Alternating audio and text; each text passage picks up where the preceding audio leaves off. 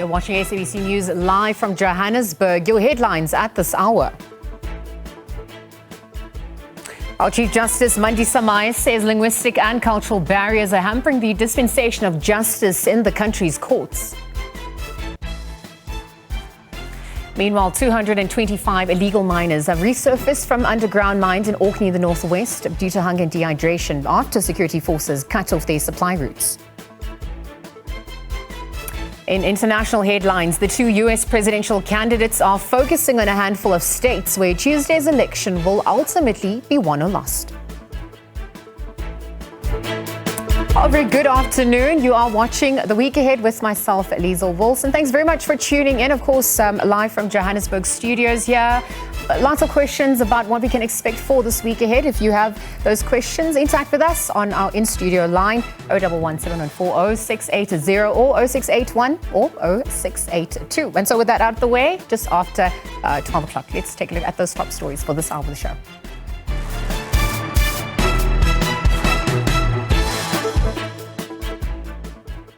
Right, so we're starting things off on legal matters, where Chief Justice Mandisa Maya says linguistic and cultural barriers are hampering the dispensation of justice in the country's courts. She was delivering the keynote address at the Pan-African Bar Association of South Africa's gala dinner.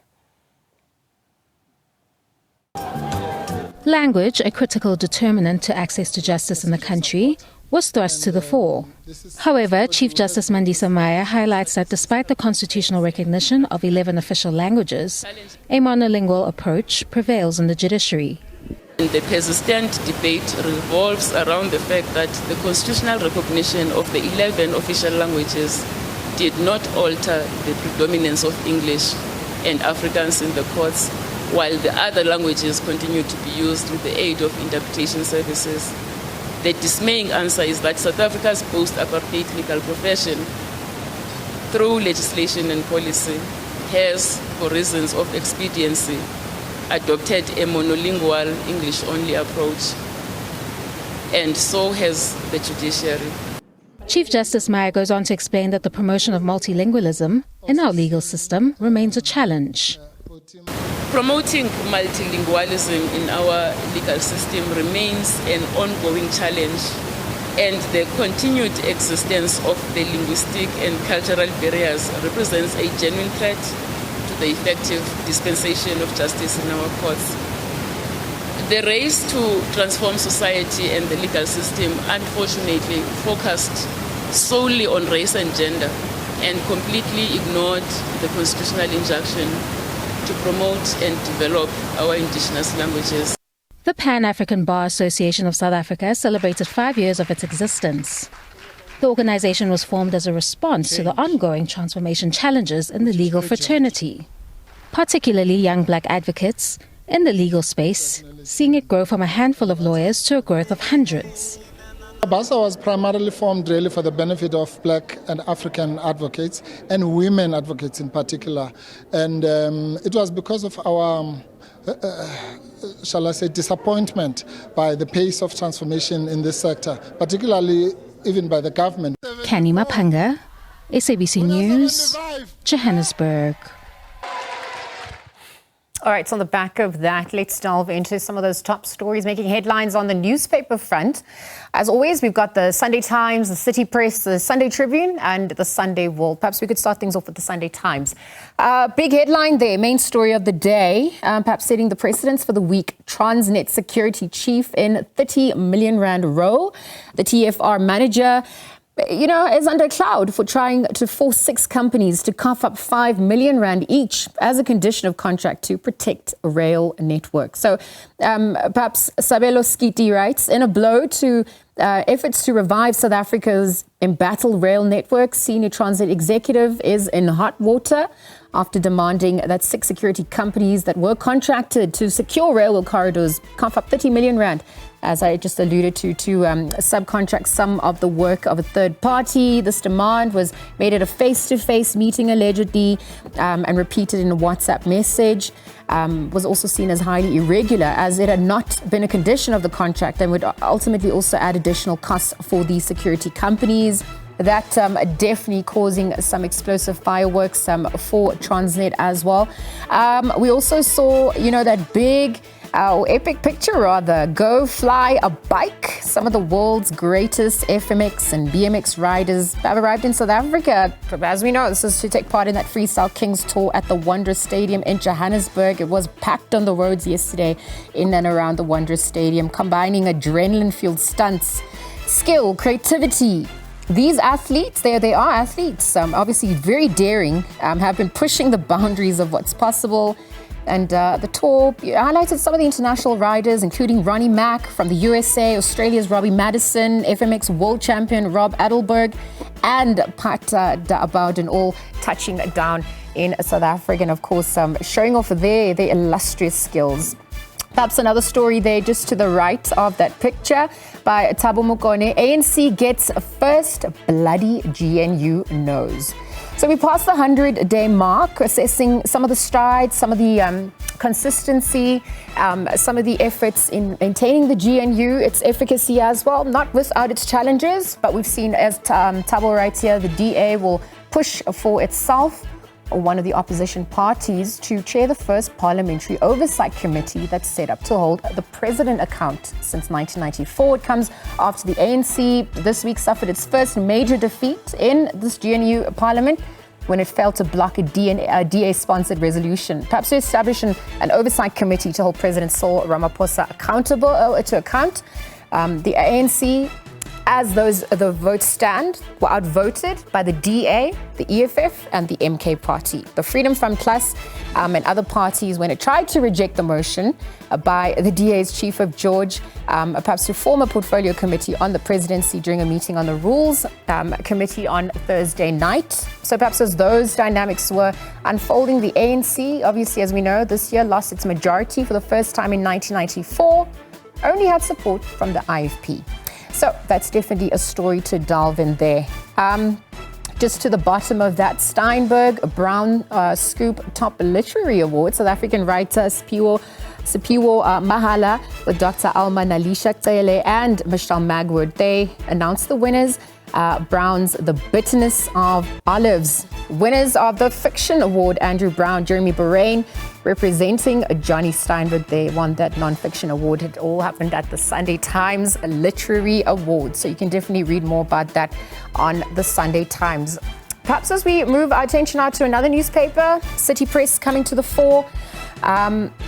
The City Press has a big story there about why the NPA, in fact, dropped the charges against Zizi Kodwa, where, the cloud of suspicion ultimately over the head of former Sports, Arts and Culture Minister Zizi Kodwa was lifted. This all happened on Friday, as we know, because the state could not prove that payments to him were evidence of corruption. So that's definitely a story that, we continue to monitor. The state has been unable to prove that Zizi Kodwa was guilty of corruption.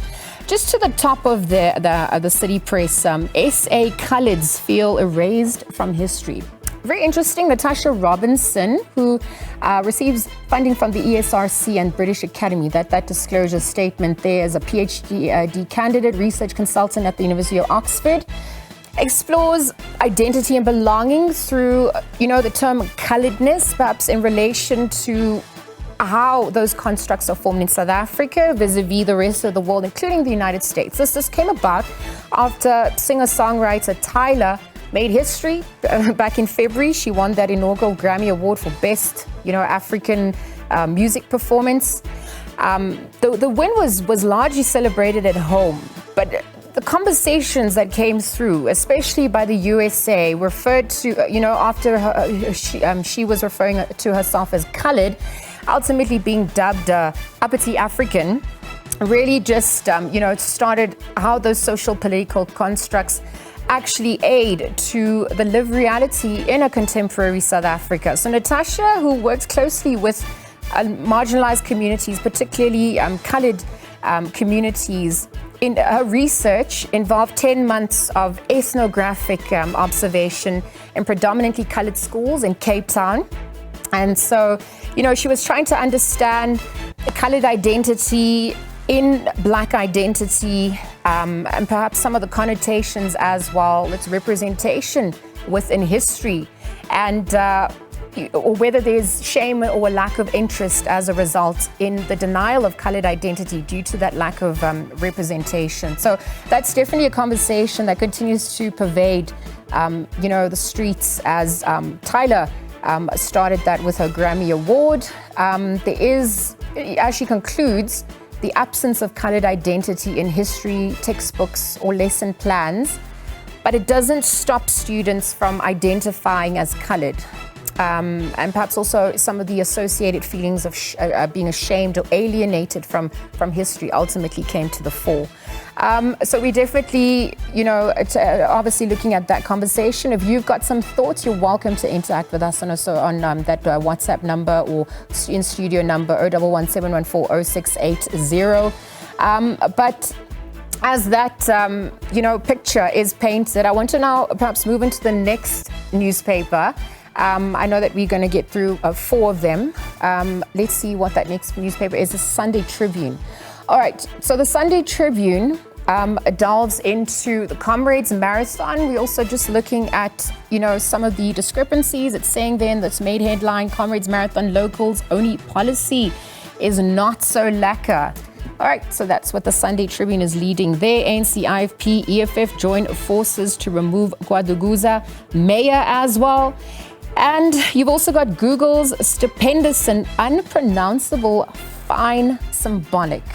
Those are just some of the stories that the Sunday Tribune went on to there. So as we unpack that story, Kevin Naidu writes there with regards to the Comrades Marathon. It's obviously a world-renowned race. It's resolution of membership being enforced by the sports governing body is currently being challenged in court. We know that a group of members from the CMA, the Comrades Marathon Association, are opposed to the instruction from the KZN Athletics Club, the local custodians of sport, that only people from the province can serve as CMA members. So that court case is underway. As I mentioned, Bongani Hans also wrote about, removing Gwaduguza mayor, where the ANC, IFP and EFF are joining forces. ANC councillor Lindy Ngaha got axed as the mayor of Gwaduguza municipality. This happened on Thursday, with the prospect of also losing a party membership. That's still a cloud that's hanging over her head. A replacement is likely to be announced tomorrow. This is what Bongani writes, as the provincial leadership is posed to unveil its mayoral and deputy positions for the North Coast municipality at a press briefing. Perhaps a story we will be monitoring here on the SABC as the week progresses. Too many Christian places of worship will celebrate All Saints' Day, the start of the poppy season. It's a time when people and animals whose lives were lost in wars are remembered. So the actual Remembrance Day, it's also known as Armistice Day, is commemorated on the 11th of November. And people are encouraged to wear poppies, that poppy flower, as a tribute to some of our fallen heroes. And that picture there is with a wreath, as well as Captain Mtandeni Apagati at the tomb of an unknown soldier in the Durban City Hall. Just looking ahead, obviously, at Armistice Day or Remembrance Day as well. But we're going to round things off now. From Sunday Tribune, I'm going to go into the Sunday World. Sunday World has Babela fights back against Mbalula. That's written here as the byline. The ANC veteran accuses SG of jumping the gun. A controversial Morocco trip. You've got authorities briefed on threats to Mapaila's life. Executives also turn Safa into Mashonisa. So the SACP briefs the state authorities on the threats to its leader's life. The assassination of Chris Hani is fresh in our minds. So writes Setumo Stone, where SACP General Secretary Soli Mapaila says the party has briefed relevant authorities about the possibility that he could be a marked man. So the revelation, emerged this week after the paper reported, the Sunday World Engage reported that security around him has been beefed up following a breach at his home. The politician also hinted that his family was living in fear as a result of the security breach, which amongst others compromised his communication system. And so those are your stories on the newspaper front. Lots more to unpack here on the week ahead. Thanks for tuning in. Perhaps we can continue now with more news at this hour. We've seen that the budget for the upgrade of the infamous Vlotho Road connecting Limpopo and Mpumalanga, as well as Gauteng, has been ballooned from 3.7 billion now to a staggering 15 billion rand. SANRAL officials accompanied Transport Minister Barbara Creecy to the construction site in Marblehoorn, Limpopo, to monitor the progress of the project. Let's take a look. The 139-kilometer Vlotho Road upgrade project started in 2015. The project has since experienced numerous work stoppages due to the main contractor abandoning the site. The Vlotho Road has seen several fatal crashes over the years. SANRAL says the increase in the cost of the upgrade can also be attributed to the improving construction standards. The initial cross-section and design would have catered for a lower standard, but as you can see behind you, the standard we've built here is a much higher standard. In fact, you can call it the Gauteng standard of a freeway.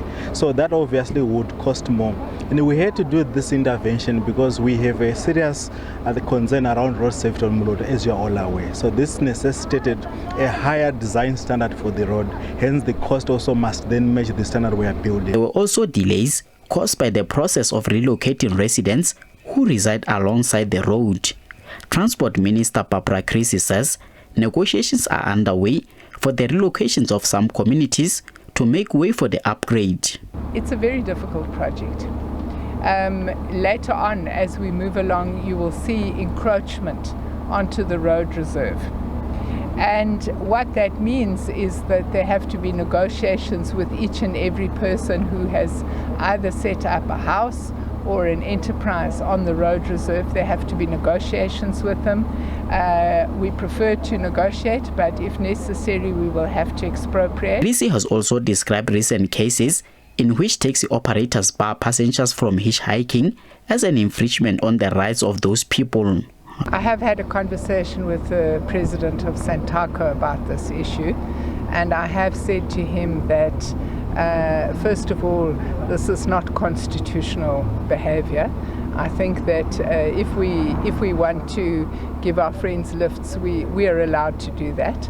Obviously, if we're providing a public transport service, that's a different matter.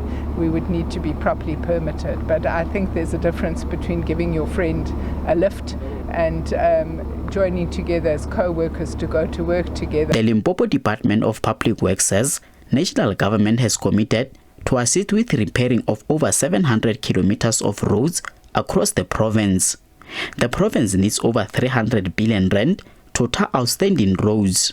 SANRAL in the main has also agreed to assist us with more than 700 kilometers stretch of road that they are going to construct at SANRAL. All right, another story we're finding out this hour. An 11-year-old girl died in Alexandra Township on Saturday night after allegedly consuming snacks from a local Spaza shop. Now, her 4-year-old sister and mother are in a critical condition in Edenvale Hospital. Also comes after they complained about chest and stomach pains. At 7 p.m. on Saturday, the 11-year-old girl had told her father she was feeling ill and unable to breathe, was rushed to the Masakane clinic where she was declared deceased by medical staff just shortly after her arrival. So Calvin Dlula, our reporter now, is on the story live for us. Calvin, good afternoon. I dare say good afternoon, given what's transpired now yet again. Talk to us about the latest details emerging. We can see that there's quite a commotion on our screens. Security, police presence as well. Walk us through what's happening.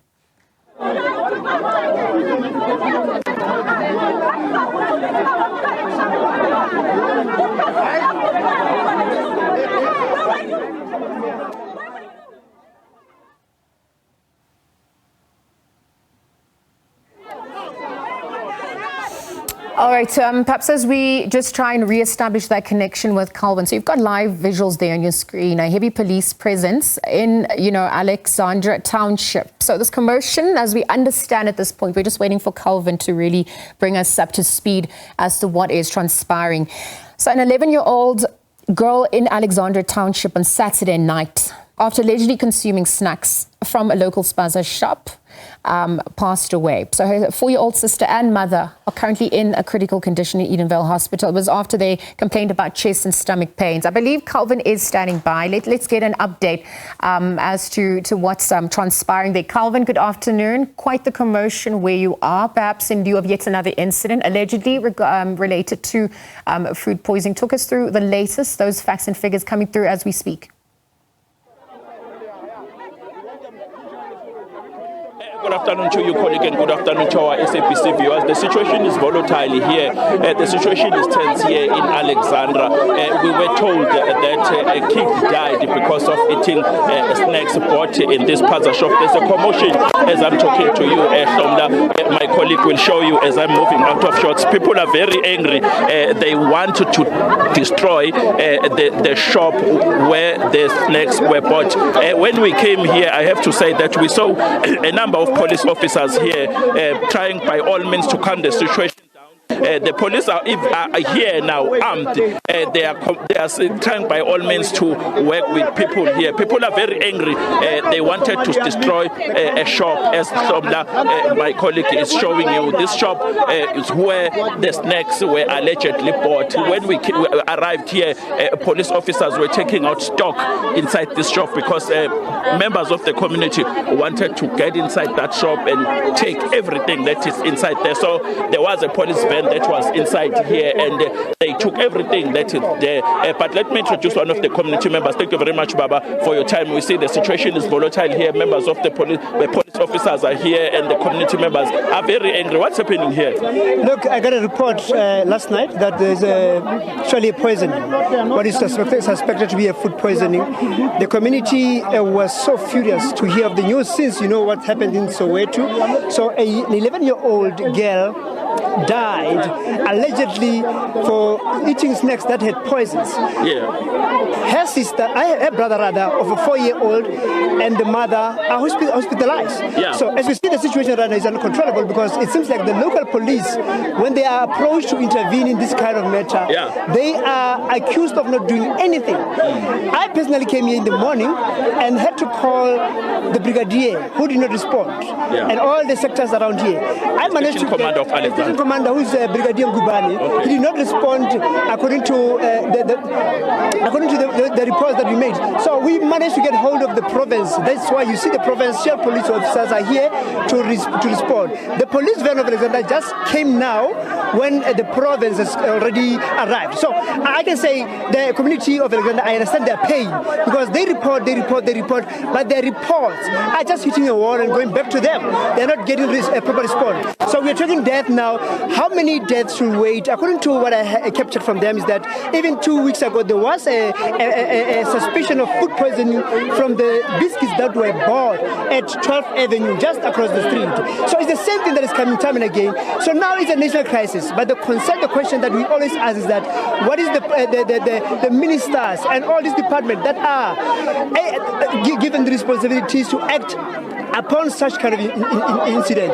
The inspectors, are they coming to the local shops? Are they coming to inspect the product that are sold to our people, or we are going to die? Okay, thank you very much for your time. Well, I spoke to the South African Police Service members that are here, a colleague, and they told me that they are taking the stock to the nearest police station. That would be Alexandra Police Station. But we have to move with my colleague Shomla just to talk to other members of the community who are here. Mama Sanbona Ninjan, when's Njan Lan? Baba sinenkinga le ezwakalayo from dala ikhona lenkinga ukuthi labantu bathengisa izinto esibulala abantwana bethu but ayikho action eyenzakalayo. I don't know ukuthi action iyenzakala base kufe wakabani umntwana njengamanje uyabona siyalo kule sitoko lesi asiyiso siyi1 next time kuzoza esinye. Who's next? Sesihlala sithukile singamaphakathi ukuthi who's next? I-government yethu ithini mayibona kuyenzeka lezinto lezi ikhona iyabona zonke indawo kuyafiwa kodwa ayikho action.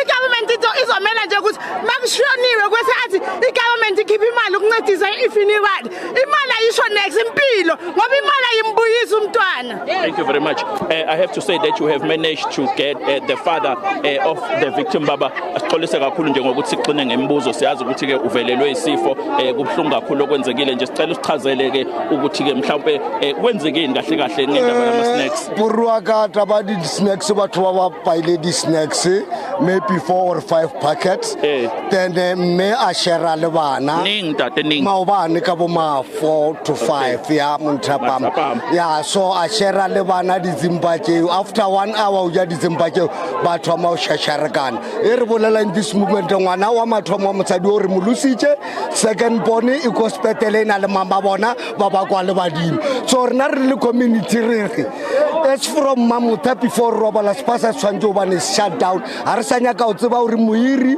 wa ba irisheng ke mang o tswa ka re letela ena we are sick and tired because mushwarna o khabara pa batho ba kantle. So papa ma chips are expired. Di expired ka baka la o re shoile ba TV one of the packets ya yona a ke tsebo re feletse ka packet o mara bona batho ba ba TV nkare ba nkile le yona ya tswa kante for expiring date. So le taba market go ba stock ngona ke re bana ba stocka una le sela we lo rwa manufacture le bona ke bona batho ba ba tshwantse ba contactiwe ba butse hore wa le rection lo tsa bona because into e ka sfela ka o sa nitlo ba 6 itlo ba 7 itlo ba 8. Okay, yeah, thank you very much. Thank you very much. That was the father of the daughter that died after eating those snacks those snacks. We are moving to the South African Police Service members so that we can try to gather what is happening here. There is a conversation that is taking place here with the South African Police Service members. Baba, thank you very much for your time. Sanibona baba. Kwenze njani baba?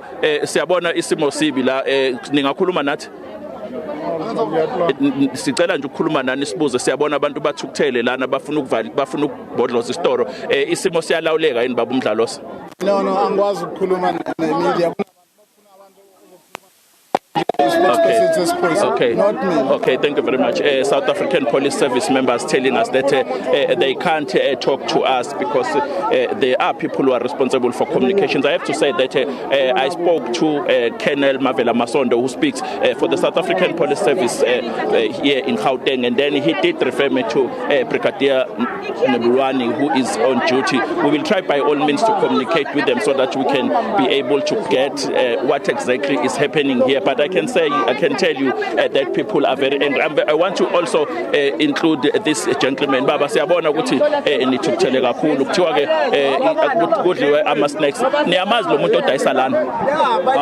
Yeah, no siyamazi bekaloka khona, but anyway into engayisho ukuthi nje bathini president yethu it needs to do something ngalezi zinto lezi zenzakala unless thina umphakathi bathini sizoyithatha lento leyo bathini ngezandla zethu because at the end of the day kufa abantwana bethu. It's not nice ukuthi ungcobe umntwana wona umntwana okhomela ngcobe wena yana senona it's not nice. So siyamazi lo muntu lokudala phila la ila stock khona kunenkingi.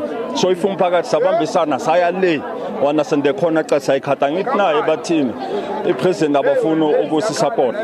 So at the end of the day wakuphi lo muntu baba niyamazi ubuya kuphi ngoba siyazi ukuthi akusiwa la eSouth Africa? I think ubuya khona le bathi umkopa le eZimbabwe something like that. Yeah. All right. Yeah. No, siyabonga kakhulu ngesikhathi. Community members explaining this ordeal to SABC News.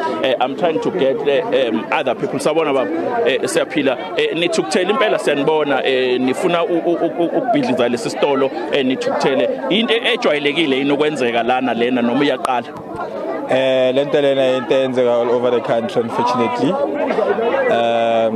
It's not something new. It's been happening for the last 2-3 years. Our political leaders they seem to be relaxed abayenza next ngayo. So siyabuza ukuthi how long sizofaka iplaster on a bullet wound because labantu laba baqhubeka ibusiness yabo ivulekile. Saqhubeka even lockdown ama business abantu base South Africa bawavaliwe wabo waqhubeka. But all these incidents bezingayenzeki until we stood up and said we don't want them in the country anymore because they are not legally la. So I'm asking every political party, I'm asking every politician in the country whose life matter, ours or theirs. That's all I have to say. Do your job, guys. Not disappoint. Thank you very much. Thank you. Okay, we will have to move with Lela to the Spaza shops where these chips were bought. I have to show our SABC viewers at home that it's empty now. Police officers came in and they took almost everything inside the shop. As you can see, that is where these snacks were bought. But as I have mentioned, that police officers came inside here and they took everything that was inside here. There's nothing, and they locked. There was a quarrel when they locked here because community members wanted to get inside and take everything that was inside here. As you can see, Shomla, my colleague, our video journalist, showing you that shop. We have to move now to other community members before we wrap. Sanbonan ninjani siyaphila siyanibona ukuthi cha nithukuthele ngempela ingane ziyashona manje ibulawa ilezi zinto ezidlayo siyeza ukuthi ke ingane ithenge ama snacks nina niwumphakathi njengomama nithini re go botlhoko ka ge re na mphakathi gore gantse go diragala eng bana ba rena ba bola ke dizimba tse ile gore a re tsebe go na leng ka mogare ga tsona. So this moment re latlhegetswe ke ngwana o ile gore e sa le ngwana o monnyane and a re tsebe gore ga botsotsi government yone ya rena e reng ka yona ntho e diragalang ka baka la gore ntho a e thome mo Alexander.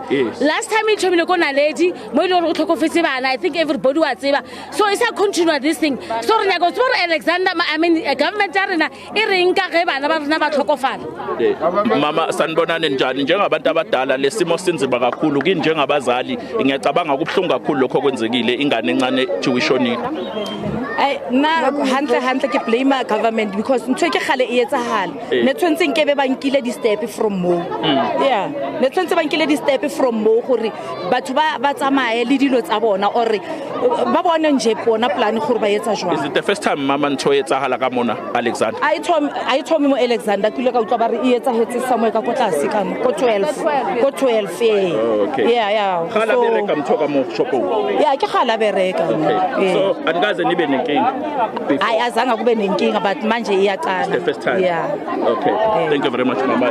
Members of the community very angry speaking Isisuthu saying that it's the first time such a tragic incident happens. We will try by all means to locate police officers or the spokesperson of the South African Police Service so that we can get a comment from them, but I can tell you that police officers are all over this place. They are armed. They are trying by all means to calm the situation down. I sent a message to Gauteng health spokesperson, that would be Mutalatale Modiba, asking him about what transpired here, but he has not responded as yet. For now, let me say back to you in studio. Okay, Calvin, thank you for that update. Calvin Jula just bringing us the latest there from Alexandra Township. So we do know, allegedly, as it stands, an 11-year-old girl has died on Saturday night after allegedly consuming snacks from a local Spaza shop. So this obviously follows incidences from mid-October of last year where, other children were affected by consuming foods from local Spaza shops. To date, perhaps even from a press release issued by the Department of Health on the 21st of October, government coming out to say that the Department of Health has rebuffed claims that government is neglecting the issue of children dying from suspected food poisoning. The National Joint Operational and Intelligence Structure is currently treating the recent spate of deaths as a national security threat. And so perhaps 3 weeks on, another incident allegedly has come to the fore. We saw a heavy police presence there. The products having been removed, taken to the police station. But obviously, more children have died. Some are obviously also critical. And so as the community is left reeling, they're left in shock, they're left having to deal with this matter. There's still too many questions and answers at this point. So Calvin Dlula is at the scene at this point. We'll continue to monitor that story, perhaps also get an update as the day progresses. Leaving that story and moving on to other issues, we also saw that this past week, Health Minister Dr. Aaron Motsoaledi confirmed that the 6 children who passed on in Naledi in Soweto died from a chemical called organophosphate. The source of the restricted pesticide is still being investigated, but a multidisciplinary inspection was carried out within the area. They were targeting Spaza shops, which were believed to be culpable. And so at this stage, no conclusive links have been made. But SABC News senior reporter Hasina Gori breaks down the details of what we know so far. Let's take a look in relation to this. In October 2024, several children in Naledi, Soweto, neighbors to each other, spent the day playing between each other's homes. It was on a Sunday morning, just around past 11 to 12, and when my kid and the other children they came into my house because what happening, these kids, all of them, they are playing together daily. The 4 of them is 2 boys and 2 girls. So now all of them who are now deceased. What happened on that day, they came in around 11, as I'm saying, and they asked me to go and play to the other house, which is the 3 houses that they are playing. They rotate the houses, which is my house and the other house and the house next door. They normally play there on a daily basis, even when they are back from school, but they don't stay long in one house. Anyone know that this would be their last play date? Monica returned home in the afternoon. According to her father, she was fine, asking for food, but moments later, she took ill. By the time she went inside the house, she started vomiting inside the house, and my son came out running to me, shouting for me, "Daddy, Daddy, Monica is vomiting foam." And yes, and then I dropped everything what I was doing. Then I ran quickly into the house, and I found her vomiting. It was coming from the nose and it's coming from the mouth, and it was non-stopping thing. Then I picked her up quickly and I put her outside. I thought in my mind it was a seizure. And so did the other 3. I'm so worried. I don't know what to do, and she's lying there. And I quickly went out of the gate to go and see the other children and try to find out from them what did she ate. But as I walked past my gate, I saw the other 2 mothers and the 2 children. They were already in the car, but they were also coming to my house to ask me what happened. All 6 children tragically passed on, and questions began swirling of what could be the cause. The post-mortem revealed that the cause of death was a organophosphate, a restricted pesticide. The results show that the cause of death is unequivocally organophosphate. The symptoms of the pesticide poisoning are the same as what the families of the victims described. Signs and symptoms of organophosphate toxicity: severe diarrhea, vomiting, foaming at the mouth, nose, tears flowing very readily from the eyes without a person crying, and constant urination. It's important that clinicians, healthcare workers are aware that a high index of clinical suspicion when a child arrives, that this could be a poisoning, to examine the child, look for the signs and symptoms, take a good medical history, and then utilize an app as the tool to determine what are the possible exposures and to make a determination of what it could be and to treat appropriately. As Minister has indicated, atropine is the preferred choice. At this stage, there's no conclusive link as to what the children consumed. Even their families are questioning. I'm blaming myself, but I've neglected checking on them. Maybe I could have found them earlier, or I don't know. But at the moment, I don't know what happened. Investigations are still ongoing, and the health department is awaiting the results of swabs taken from various scenes in the community. Hasina Gori, SABC News, Johannesburg. All right, so that's a story we are monitoring here on the SABC. Perhaps turning our attention to other news at this hour, though. The Eastern Cape government says it will put the spotlight on heinous crimes committed against children and the challenges of people living with disabilities. This comes as the province officially launched its Disability Rights Awareness Month and marked the Provincial Children's Day at Dispatch in the Nelson Mandela Bay Metro. So the province faces difficulties like malnutrition, lack of access to certain services, especially in rural areas for people living with disabilities. One of the major issues highlighted are children who do not have birth certificates. A day to highlight challenges faced by vulnerable groups. Crime is one of the issues that both children and people living with disabilities in the Eastern Cape have to contend with.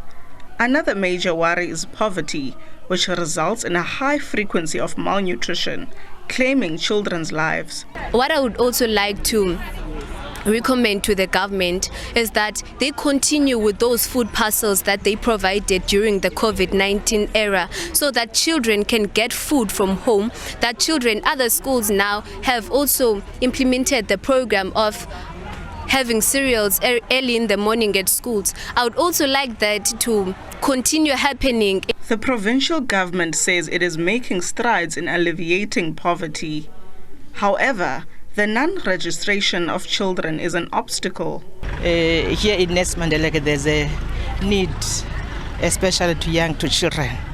As a Department of Social, I was once here because we have children with that were undocumented. So we had a program just to make sure that because immediately we are not documented, there's a problem of getting the grants.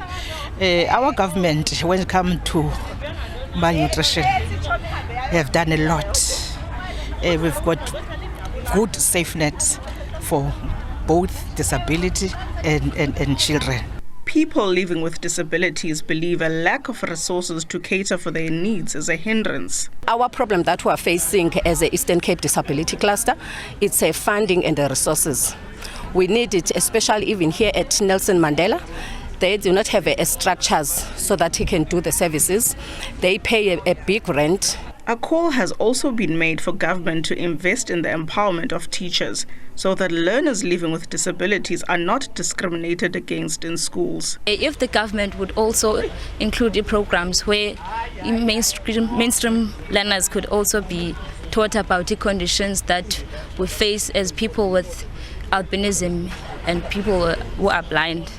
People living with disabilities in the Eastern Cape have fallen victim to crimes such as extortion. However, government and the police say they have plans to protect all vulnerable groups, including children. Nandi Pablaki, SABC News, Dispatch.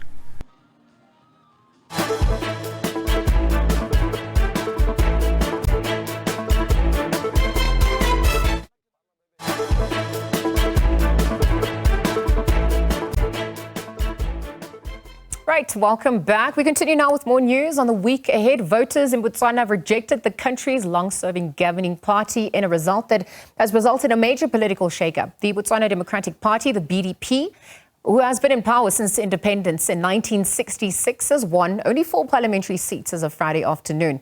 Now, it will be replaced by the Umbrella for Democratic Change, the UDC. Outgoing President Mokgweetsi Masisi conceded defeat and congratulated his opponent, UDC leader Duma Boko, at a phone call. While Thomas Nkoma, former newspaper editor, media scholar, Media Institute of Southern Africa, the Botswana chapter, chairperson, in fact, for that organization, joins us now to chat a little bit further about the ongoing dynamics. Thomas, good afternoon. Thanks for joining us here on the SABC at this hour. Good afternoon, and thank you for having me. Look, it's ultimately a new era in Botswana, a change of guard. And so perhaps from your vantage point, you could tell us what has really happened since the announcement of the elections. On the ground, what is transpiring? Yes, since the announcement of the results and the announcement of a new administration, the people are very happy on the ground. Everyone they are looking forward to a new administration. And I would say it's just the mood is very high. People are just happy and hopeful that the new administration will usher in a new era of economic development and other issues that they've been itching to see when the new administration takes over.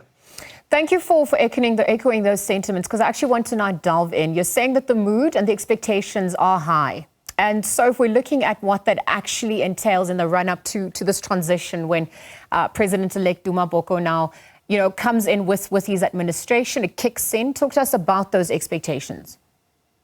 Yes, the expectation are that we will see a new government taking over and bringing in new developments.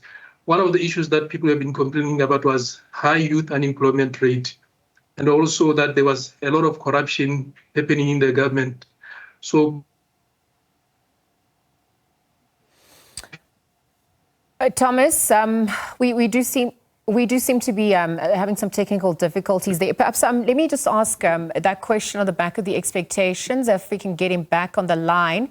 All right, I'm being told we lost him there. Let's see if we can re-establish that connection. For now, just shining a spotlight on the dynamics unfolding since the Botswana elections. Of course, President-elect, Duma Boko now coming in.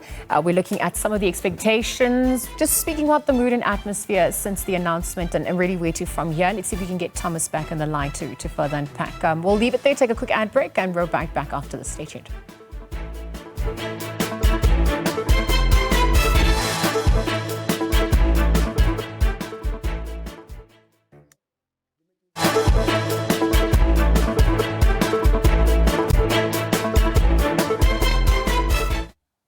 All right, welcome back to our earlier story. Just before the ad break, we've seen voters in Botswana having rejected the country's long-serving governing party in a result that has resulted in a major political shake-up. We saw the Botswana Democratic Party, the BDP, in power since independence in 1966, have not only won 4 parliamentary seats as of Friday afternoon. It will be replaced by the Umbrella for Democratic Change, the UDC. Outgoing President Mokgweetsi Masisi conceded defeat, congratulated his opponent, UDC leader Duma Boko, in a phone call. And so just, we're in conversation with Thomas Nkoma, as a former newspaper editor and media scholar, a Media Institute of Southern Africa, the Botswana chapter chairperson, and author, joining us to unpack the dynamics from here on too. Thomas, thanks for joining us once again. Perhaps picking up on where we left off, you were speaking about that change of guard and the mood and atmosphere. You said it was quite high, the expectations as well quite high, given some of the challenges that Botswana was experiencing. Please unpack what those expectations are as this transition of the new administration ultimately kicks in. Yes, first and foremost is that people were complaining about high youth unemployment rate.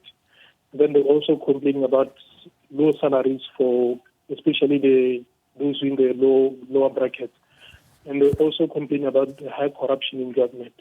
So the expectation is that the new administration will usher in a new system of salaries whereby those in the lower brackets will be paid what they call a living wage, which is a minimum of 4,000 pula. Currently, people are being paid about 1,005 pula. So they are promising to raise this minimum wage, which is they call the living wage, to 4,000 pula. And then also, they are promising to root out corruption. That's what people have been complaining about and agitating for change so that development can proceed without any one member of society or a certain group of people arrogating to themselves what should be developments for the nation. So the expectation is that the new government will root out corruption and also create jobs for the youth who are the most hard hit, because as we speak now, graduate unemployment is very high, and unemployment goes as high as 35%. So these are the expectations that the new government will correct this, so that when the economy, also they've been complaining about wastage in government, whereby government funds have been used for things that are not a priority. So I think the new government will now set new priorities whereby those have developments that are targeted so that they root out unemployment and also take the economy back on track, because as we speak now, the economy has almost collapsed with government coffers nearly dry. So this is what they are looking forward to, that the new administration will correct this. All right, Thomas, thank you very much for those sentiments. Perhaps we can continue this conversation in just a moment. I'm going to leave that conversation there with Thomas Nkoma for now. Move into another story that's just come in. The ANC International Relations Committee wrapping up its workshop in Kempton Park today, where the party says it wants to improve its standing in Africa. The party's first Deputy Secretary General, Nomvula Mokonyane, is currently briefing the media. Let's listen in. Around the world. As we progress this journey, South Africa's national interests are at the heart of the ANC's strategic ambitions. Our international relations and cooperation focus area aim to form and sustain friendships, work towards peace, stability and economic development in the continent and in the world.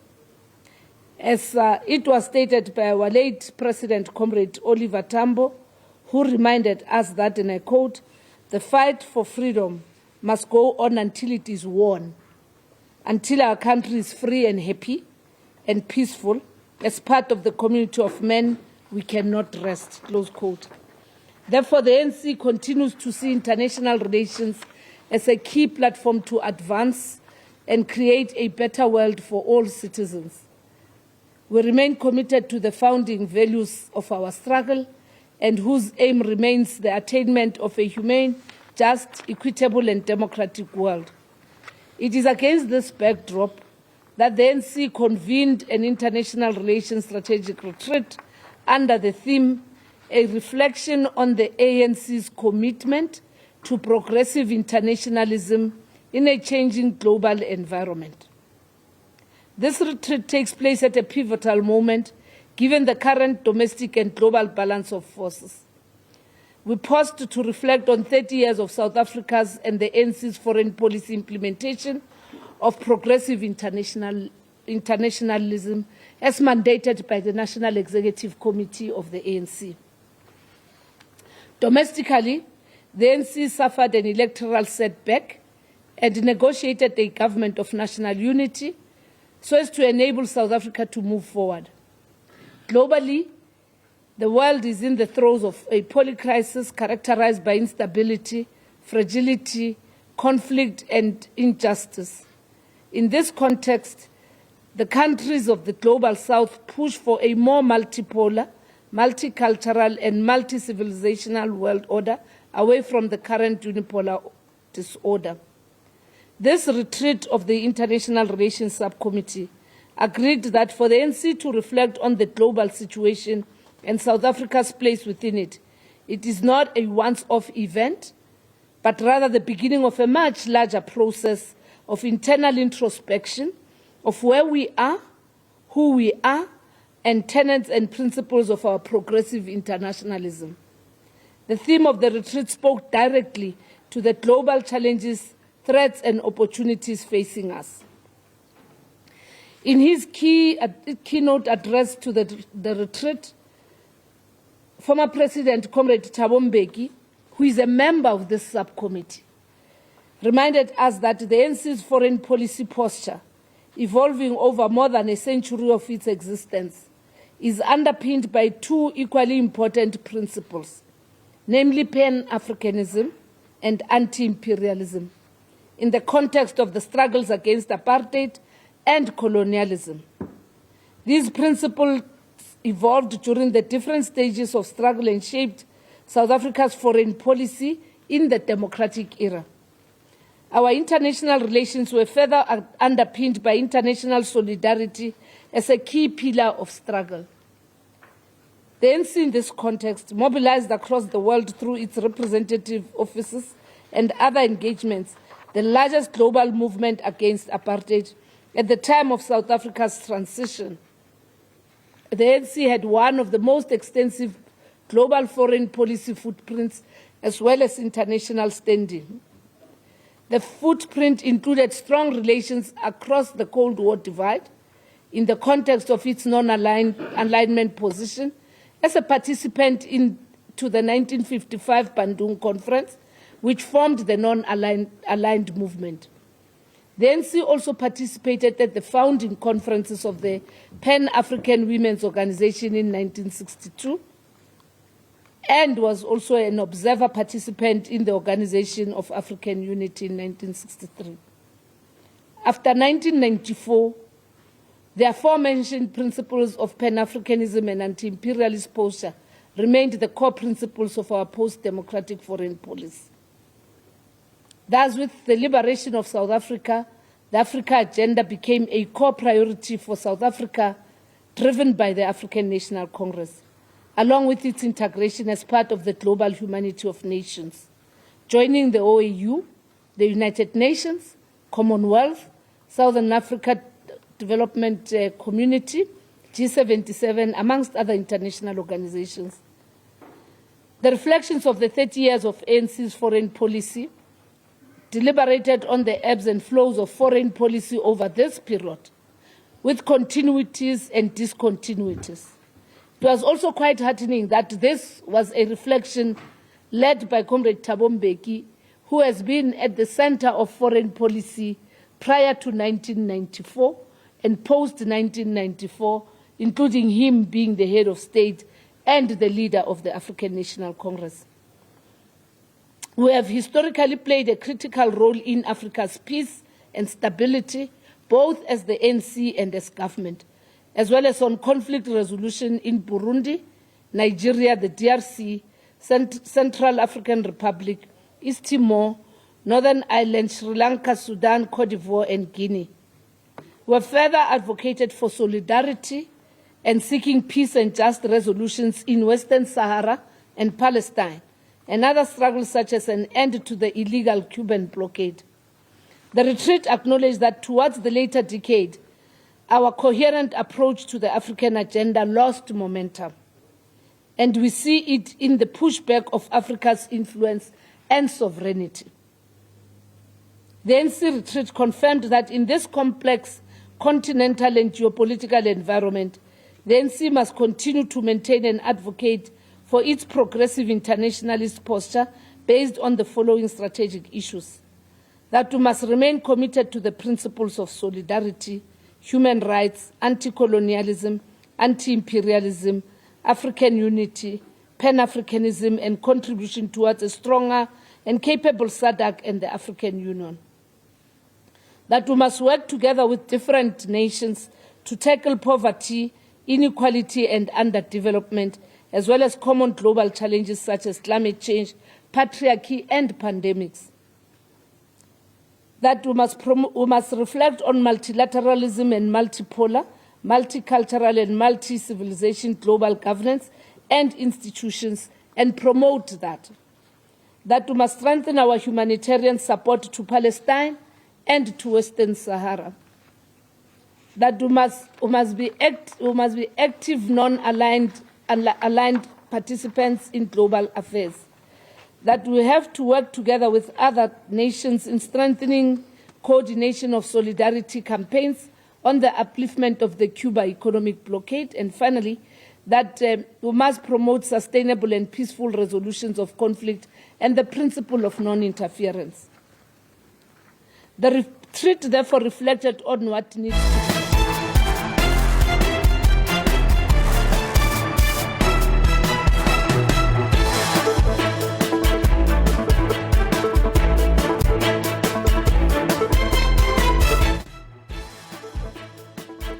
Well, you're tuned into SABC News, live from our studios in Johannesburg. Top stories not this hour, making headlines. Several provinces across South Africa experiencing a heat wave, which is expected to end tomorrow.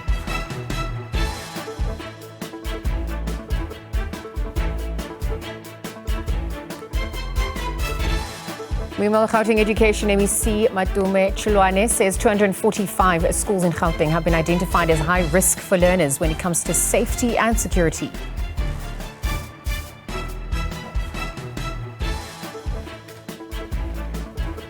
Consumer price inflation basket of goods and services is also set to get an update in January of next year. Hello and welcome. You're obviously tuned into the week ahead. Welcome back. If you continue to stay with us, you're watching DSTV channel 404. I'm Liesl Wilson. As I mentioned earlier on, the conversation really continues. So if you want to be part of that conversation, give us a call on our studio number 011 714 0680.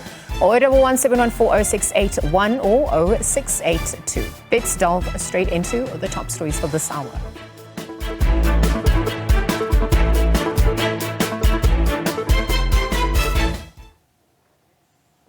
All right, so we're starting things off yet again with one of our earlier stories. We've seen several provinces across South Africa have been warned to brace for heat wave until Monday and fire danger warnings, where the South African Weather Service is urging residents to really prepare for persistently high temperatures. Certain areas such as the Lowveld, Limpopo Valley and Western Bushveld may see temperatures soaring beyond 40 degrees Celsius, creating extremely challenging conditions. As the mercury rises, residents are urged to prioritize their safety, and this can be done by limiting time spent outdoors. And if activities are unavoidable, take frequent breaks and stay hydrated to prevent heat exhaustion. Sipping water regularly is also essential to fend off dehydration, whilst lightweight, breathable clothing and sunscreen can help to keep cool and protected from those harmful UV rays. Now, this weekend, beating the heat isn't just about comfort, it's also about keeping safe in what could be some of the hottest days of the year.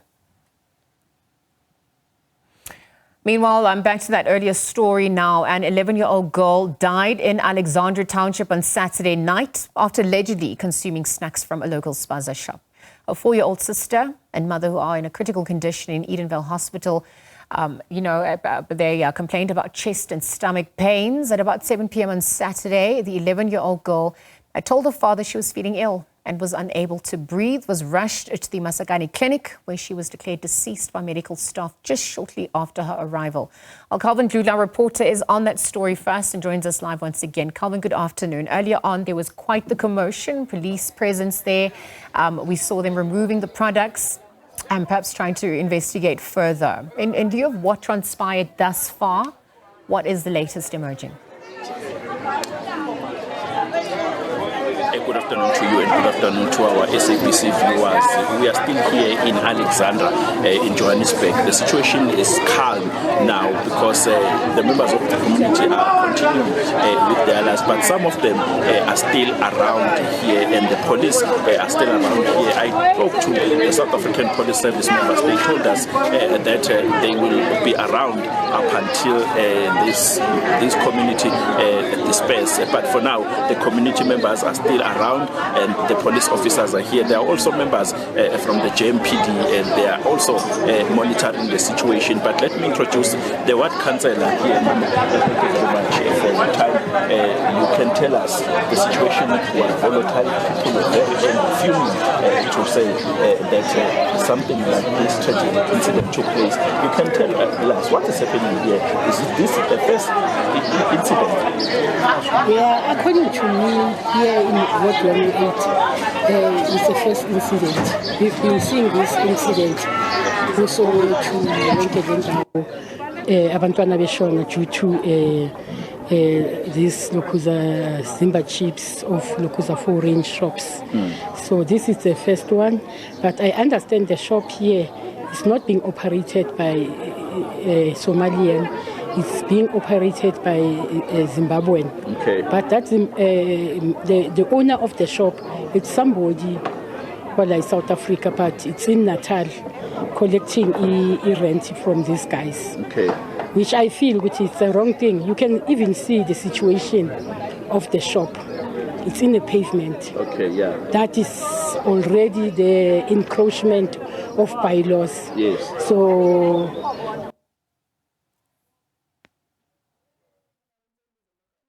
All right, so Calvin, our reporter, Calvin Glula, in conversation with the ward councillor in that region. Of course, we're just following that story.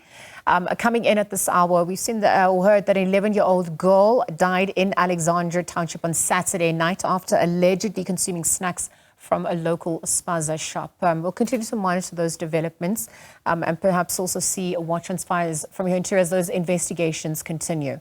As we continue with more news now, just some of the other information coming through at this hour. We saw that at 7 p.m. on Saturday, the 11-year-old girl told her father she was feeling ill, was unable to breathe, and then was rushed to the Masakani clinic where she was declared deceased by medical staff just shortly after our arrival. Let's continue to monitor that story. Take a quick ad break. I'll be back on the other side with more. Stay tuned.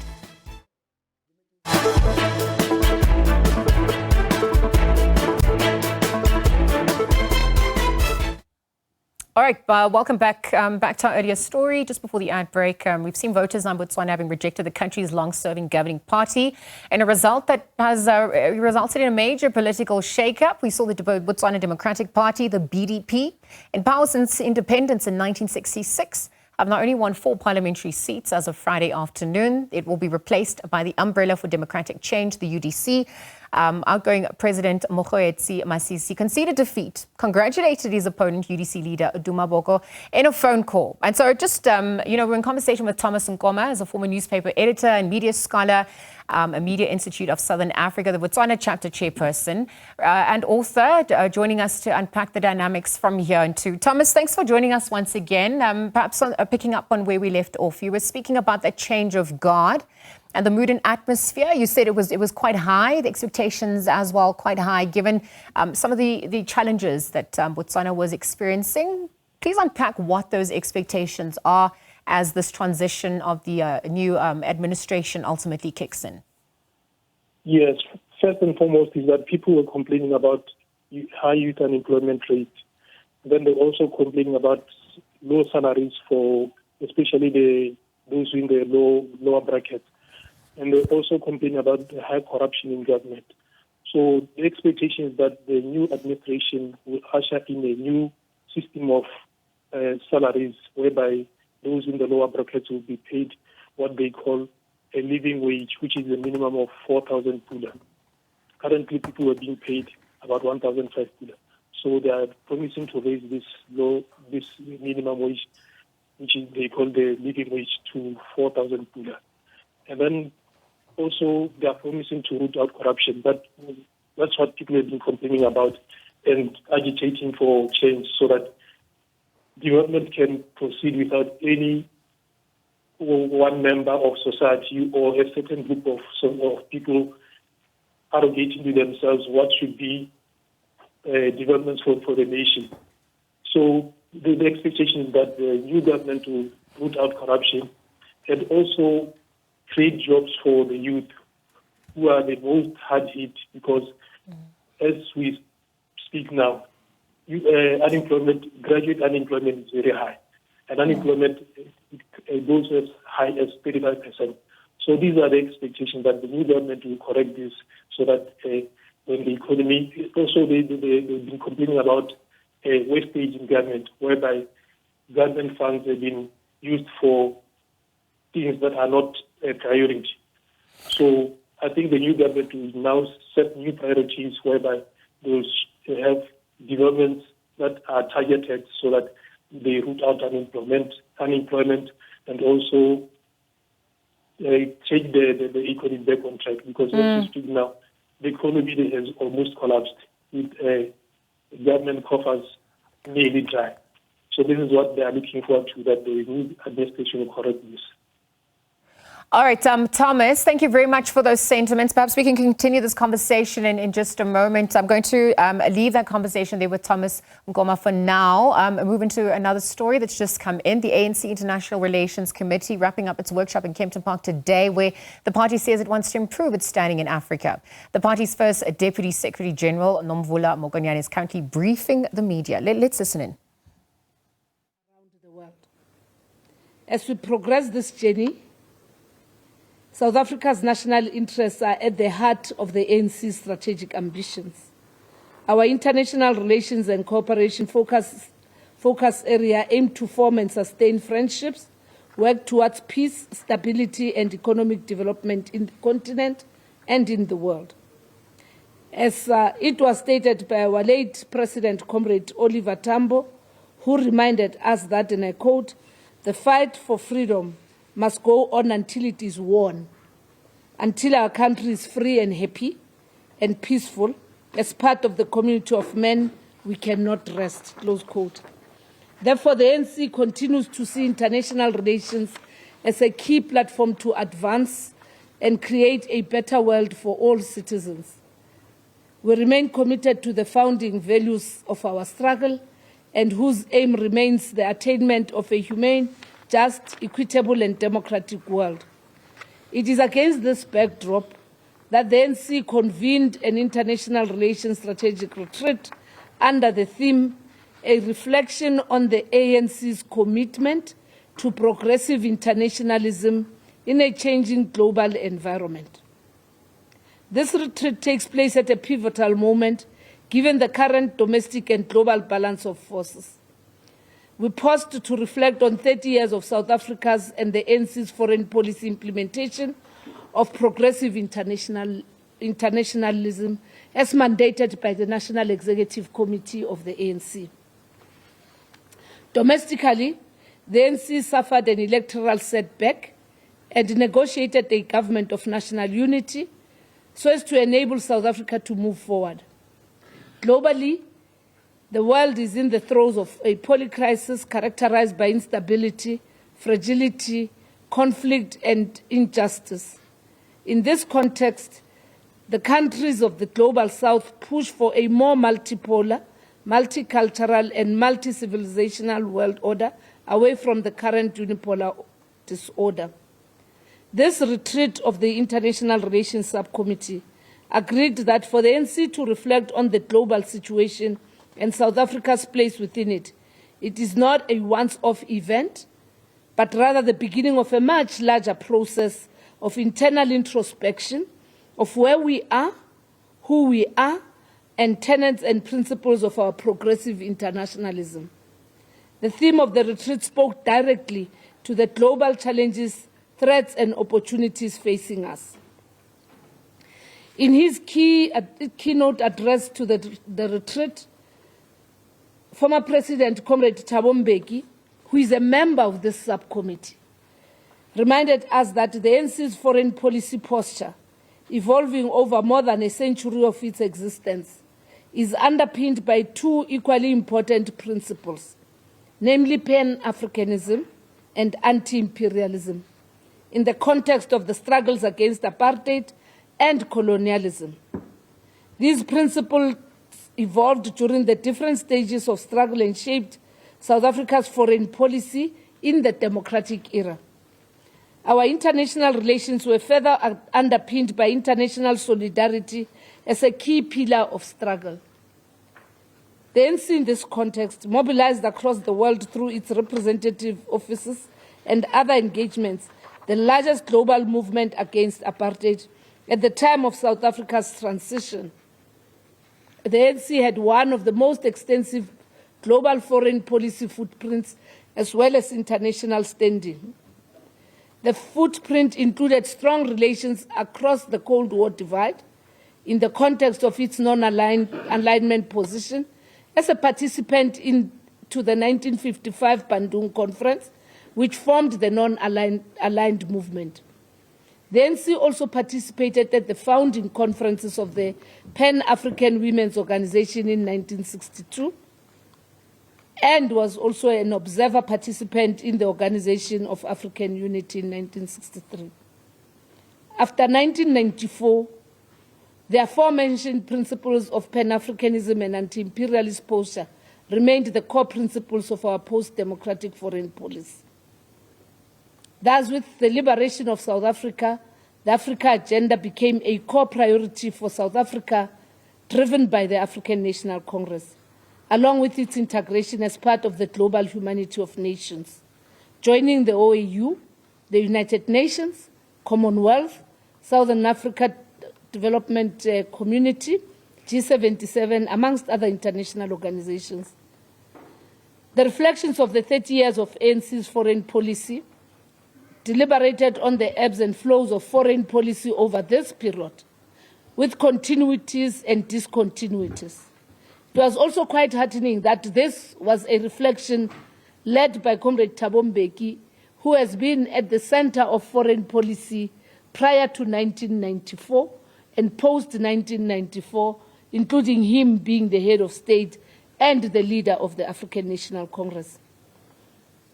We have historically played a critical role in Africa's peace and stability, both as the ANC and as government, as well as on conflict resolution in Burundi, Nigeria, the DRC, Central African Republic, East Timor, Northern Ireland, Sri Lanka, Sudan, Cote d'Ivoire, and Guinea.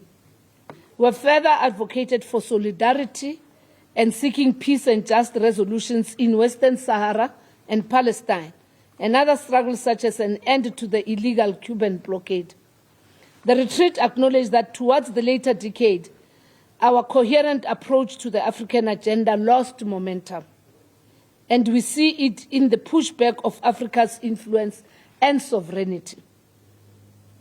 The ANC retreat confirmed that in this complex continental and geopolitical environment, the ANC must continue to maintain and advocate for its progressive internationalist posture based on the following strategic issues: that we must remain committed to the principles of solidarity, human rights, anti-colonialism, anti-imperialism, African unity, Pan-Africanism, and contribution towards a stronger and capable SADC and the African Union. That we must work together with different nations to tackle poverty, inequality, and underdevelopment, as well as common global challenges such as climate change, patriarchy, and pandemics. That we must reflect on multilateralism and multipolar, multicultural and multi-civilization global governance and institutions and promote that. That we must strengthen our humanitarian support to Palestine and to Western Sahara. That we must be active, non-aligned participants in global affairs. That we have to work together with other nations in strengthening coordination of solidarity campaigns on the upliftment of the Cuba economic blockade. And finally, that we must promote sustainable and peaceful resolutions of conflict and the principle of non-interference. The retreat therefore reflected on what needs to be.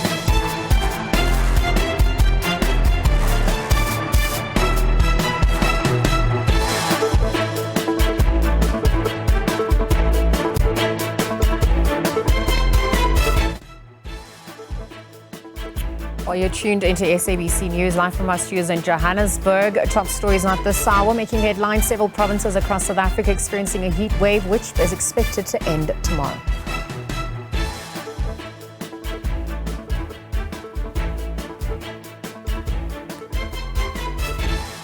Meanwhile, Gauteng Education MEC Matume Chilwane says 245 schools in Gauteng have been identified as high risk for learners when it comes to safety and security.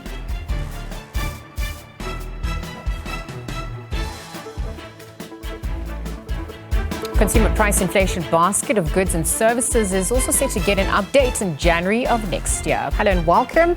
You're obviously tuned into the week ahead. Welcome back. If you continue to stay with us, you're watching DSTV channel 404. I'm Liesl Wilson. As I mentioned earlier on, the conversation really continues. So if you want to be part of that conversation, give us a call on our studio number 011 714 0680. Or 011 714 0681 or 0682. Let's delve straight into the top stories for this hour.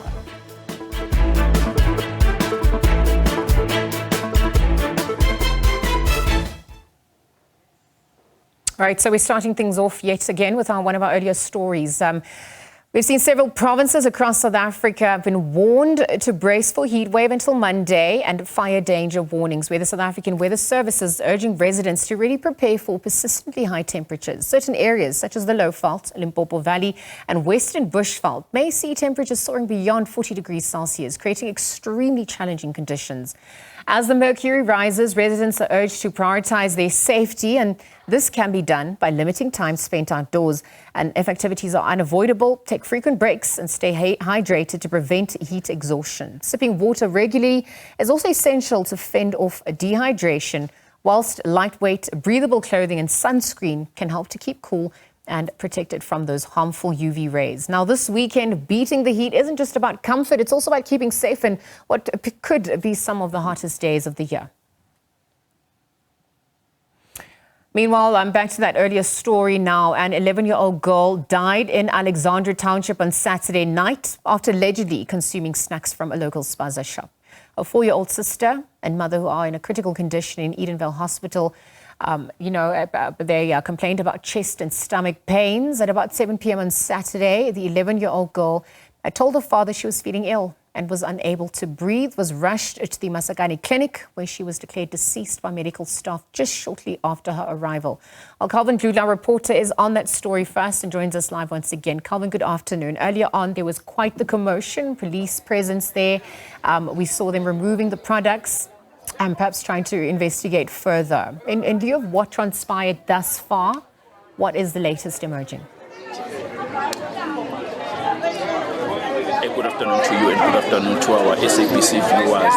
We are still here in Alexandra, in Johannesburg. The situation is calm now because the members of the community are continuing with their lives, but some of them are still around here and the police are still around here. I spoke to the South African Police Service members. They told us that they will be around up until this community disperses. But for now, the community members are still around, and the police officers are here. There are also members from the JMPD, and they are also monitoring the situation. But let me introduce the ward councillor here. Thank you very much for your time.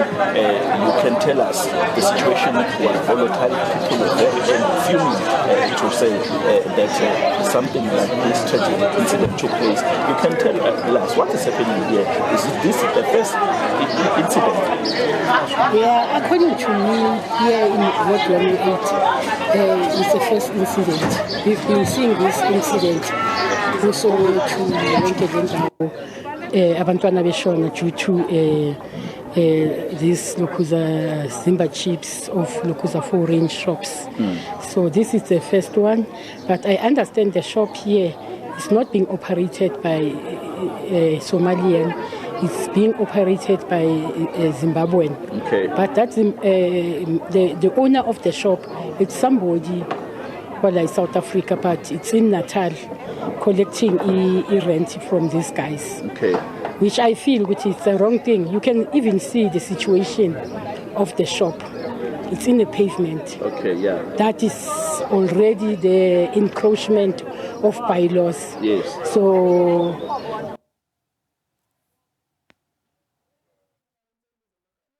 all right, so Calvin, our reporter, Calvin Lula, in conversation with the ward councillor in that region. Of course, we're just following that story.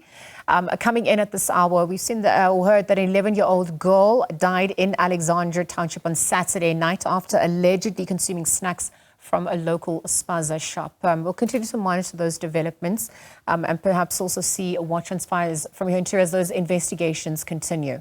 As we continue with more news now, just some of the other information coming through at this hour. We saw that at 7 p.m. on Saturday, the 11-year-old girl told her father she was feeling ill, was unable to breathe, and then was rushed to the Masakani clinic where she was declared deceased by medical staff just shortly after our arrival. Let's continue to monitor that story. Take a quick ad break. I'll be back on the other side with you. The week ahead continues. In other news, 225 illegal miners have surfaced from underground mines in Orkney in the northwest.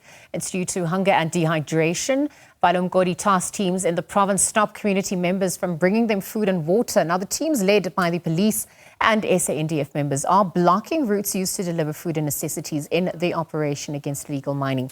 Police spokesperson Brigadier Atlenda Mates spoke to the SABC News earlier this morning. Let's take a look at what she had to say in relation to this.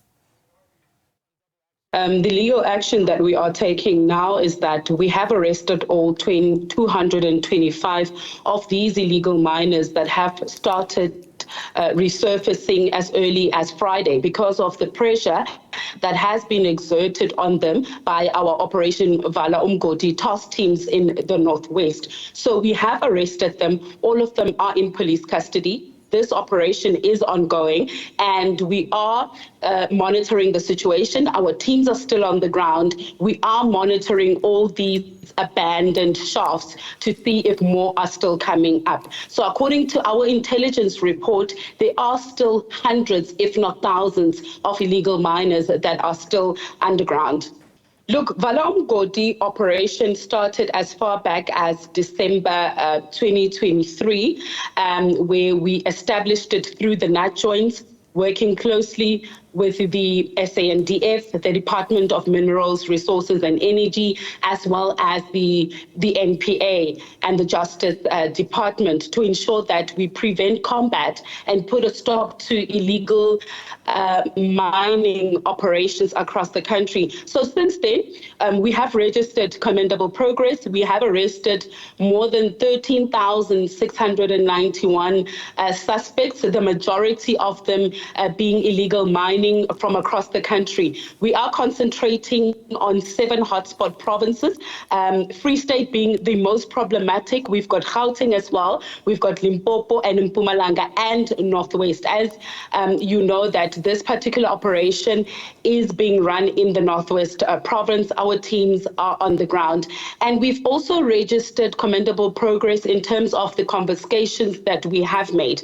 In the past few months, since its inception, inception in December, we've managed to seize from all these illegal mining operations about 5 million in cash. We've also seized about uncut diamonds worth 32 million rand. We've also seized more than 300 firearms. The majority of them being high caliber firearms that are utilized in these illegal mining operations. We also have illegal mining equipment such as your pendukas and wheelbarrows that are utilized in these illegal mining operations. So we do believe that we are making inroads in terms of combating illegal mining operations across the country. Look, the challenge that we have, number one challenge, is that some community members are shielding these particular illegal miners, as we have witnessed during the week in this particular area in Orkney, where we stopped community members from taking down food, water, and necessities that are needed for these illegal mining operations. So there was an uproar, but we managed to prevent all the community members from taking down these necessities. And I must say, this particular stamping of the authority of the state is what has forced these illegal miners to resurface, because they are no longer getting their supply of food, water, and those necessities. So, and I know early this year we had a figure of about 200 of these illegal and disused old abandoned mining shafts that were sealed off by the Department of Minerals, Resources and Energy as a way of ensuring that we put a stop to these particular activities. One such a challenge, but we are working on it, is that unfortunately our members are not trained to obviously operate underground. So it is a risk to expect our police officers and our soldiers to go underground in a terrain where they are not trained to operate on and to sniff out these illegal miners. So that is why we are employing the strategy of ensuring that we cut off the food, water and necessity supply so that they must bring themselves out of these disused mining shafts. So that strategy is working quite well. We are quite encouraged that all these illegal miners are resurfacing. So we are expecting, according to our intelligence and the information that we are having, there are thousands others that are still underground, but we are quite confident that with this particular strategy, they will be forced to come up and surrender. Our intelligence is working quite well. We have improved in terms of detecting activities. So for instance, it is intelligence that detected that there are 7 provinces that are hotspots in which these illegal mining operations are taking place. It's intelligence that is telling us to go to these particular disused mining shafts to ensure that we prevent and combat illicit mining activities. Even through Operation Chanela, where the National Commissioner last week announced that at least more than 900,000 suspects since the launch of Chanela last year have been arrested. The majority of those arrested were arrested as a result of intelligence-driven information. So we use intelligence a lot to draft our strategies in terms of preventing and combating crime, but also to apprehend those that are involved in various forms of criminality, be it murder, rape, your serious and violent crime, cash and transit heist. Just last week, the National Commissioner also indicated that since the beginning of the year, we have arrested about 97 wanted CIT suspects. And that is the work of intelligence. You look at the successes of the drug traffickers that we are able to arrest at the OR Tambo airport, and some of them coming in that have swallowed the drugs. It is only through intelligence that we are able to detect such criminality. So yes, there is still a long way. We want to do more as the SAPS. We want to achieve more successes, but we believe we are in the right track in terms of intelligence. We are rebuilding our intelligence structures throughout the country. We have ensured that there's stability within that particular division by employing a permanent divisional commissioner, as well as filling critical posts within that particular division. Well, more news now. The South African Constitution remains one of the most progressive in the world. It's according to anti-apartheid activist Justice Albie Sachs, who described the South African Constitution-making process as unique. The former Constitutional Court Justice gave the inaugural prestige lecture at the University of the Free State. It's part of a memorandum of understanding between his foundation and the university. The lectures are also expected to take place for the next 5 years.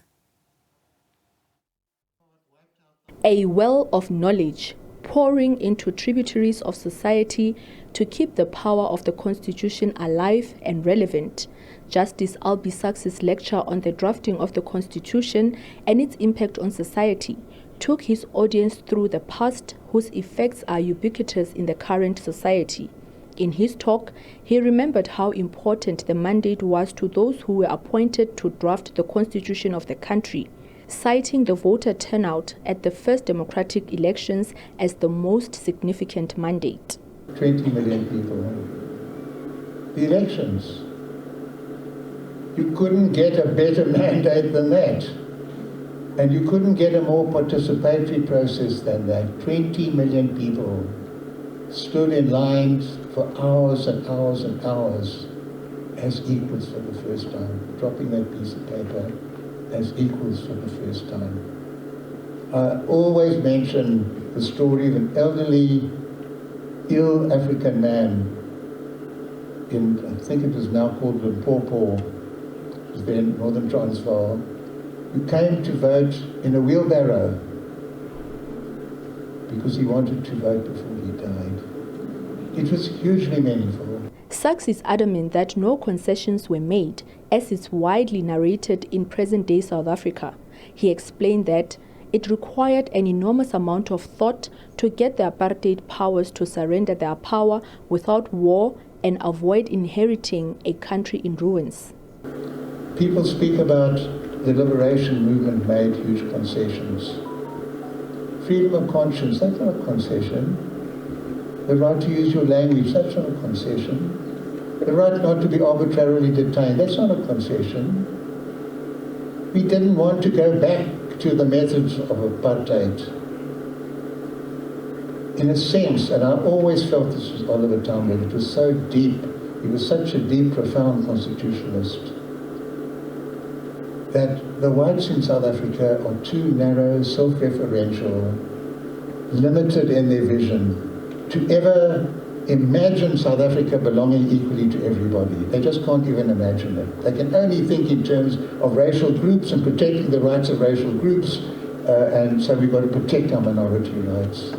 We African people who suffered so much in our bodies for being who we are, we believe it is possible for human beings to live together as equals, respecting each other.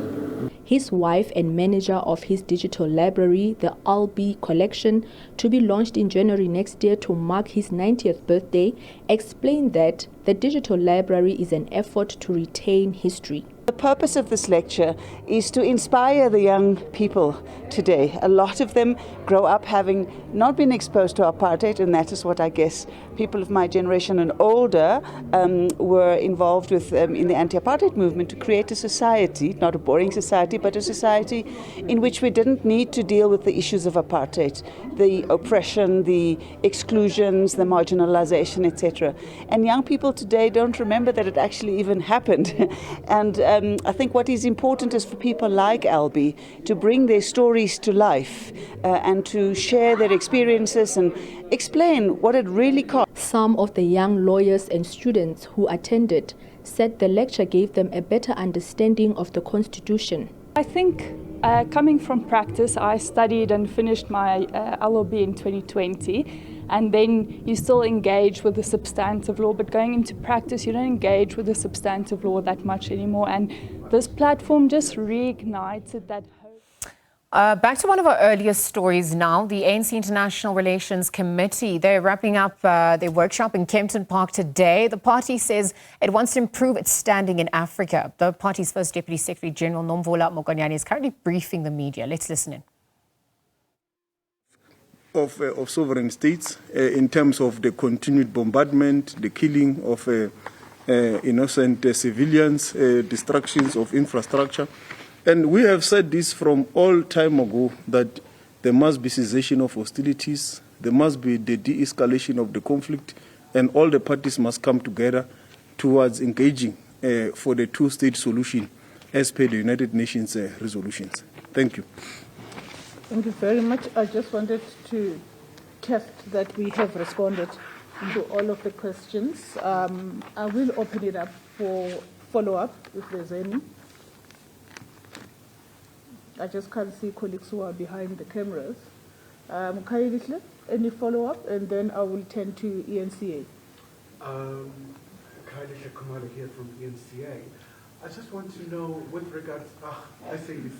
Well, you've said it even previous. I thought you were just employed now. Just cross the floor. Just cross the floor. Just cross the floor. All right. With regards to the elections in the US, I just want to know from the ANC's point of view, obviously this is a key partner for South Africa. You still have outstanding things like AGOA and many other things as well. I would imagine that whoever is going to the White House, you're still keen to maintain cordial terms, and if there are areas of difference, to try and find amicable solutions. So is that the position you're maintaining in this regard? Thank you very much, ENCA.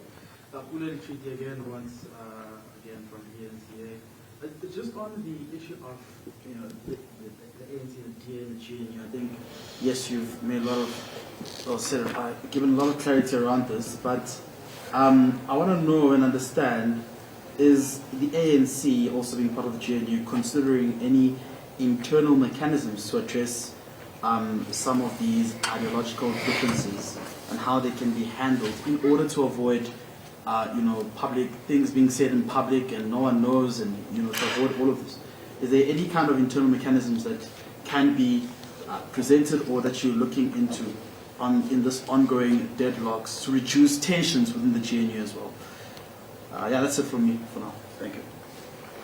Thank you very much. I will turn to Brenda, PSG. Thank you very much.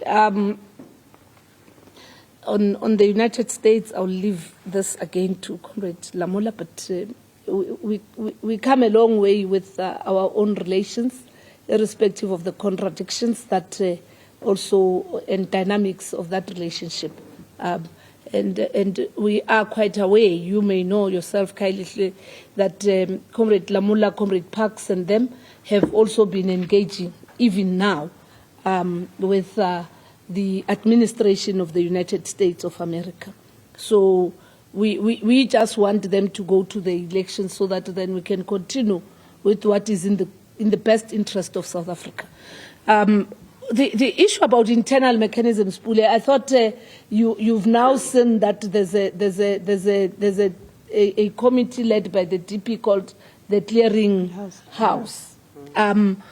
At the level of the political parties, we said we will actually allow our secretary generals to be our go-to people as and when there are issues.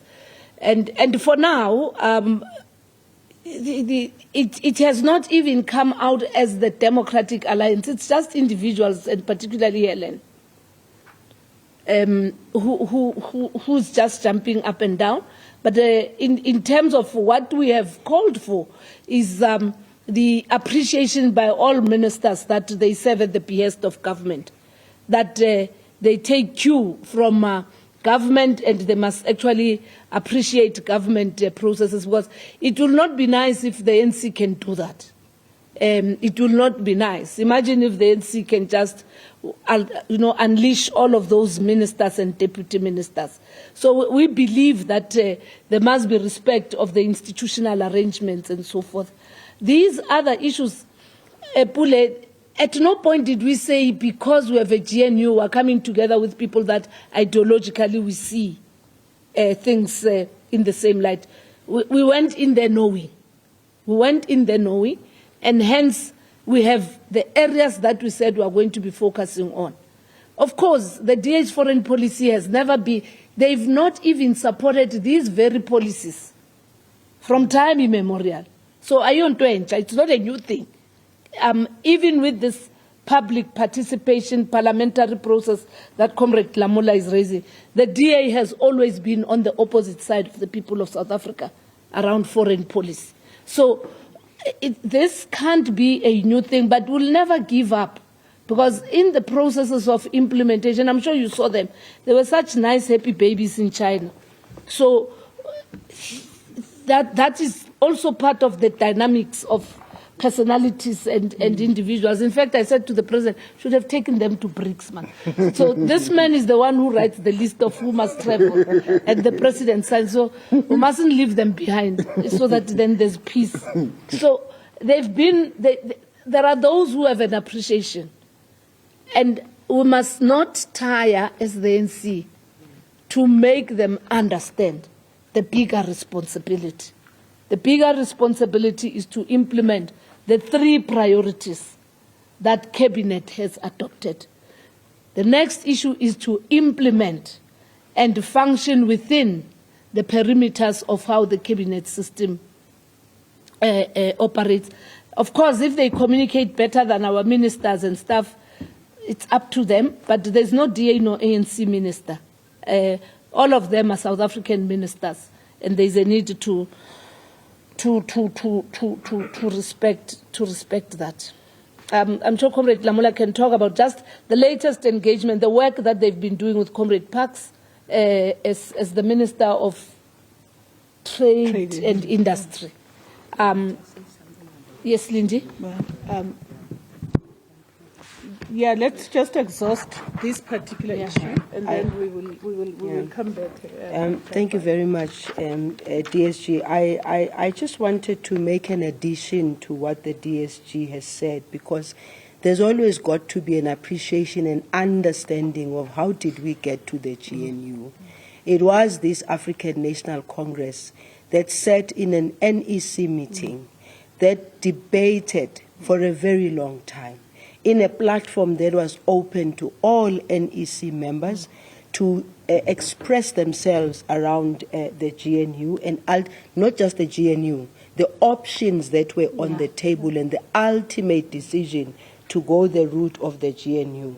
And therefore, as the African National Congress, we will continue to lead as we led. And in our leading, we're not wanting to lead flying high on our own. Since there was a decision and there were structures that were put in place for us to go deposit if we have issues, those structures of deposit in the form of the clearing house should remain the clearing house, so that when all is said and done, at the center of it all, why the African National Congress got to this point, painful as it was, we cannot deny that, but we got to that point because at the center of everything, at the time of the meeting, we kept on being reminded about the people of South Africa and what the people of South Africa want. And the people of South Africa had spoken, and therefore, even now, with all the challenges and everything being thrown here and there, sometimes not even facts, we will lead as the African National Congress in ensuring that we try to harmonize in the GNU as much as we possibly can. And so rumors and innuendos and all those things, really we cannot have time for that. We have time to focus on the issues that must address South Africans: poverty, unemployment, inequality, and inequality in particular, which, by the way, even this Committee of International Relations is concerned about. That is at the center of the GNU as far as the African National Congress is concerned. Thank you. Thank you very much. If I may, just if you could, let me. Thank you.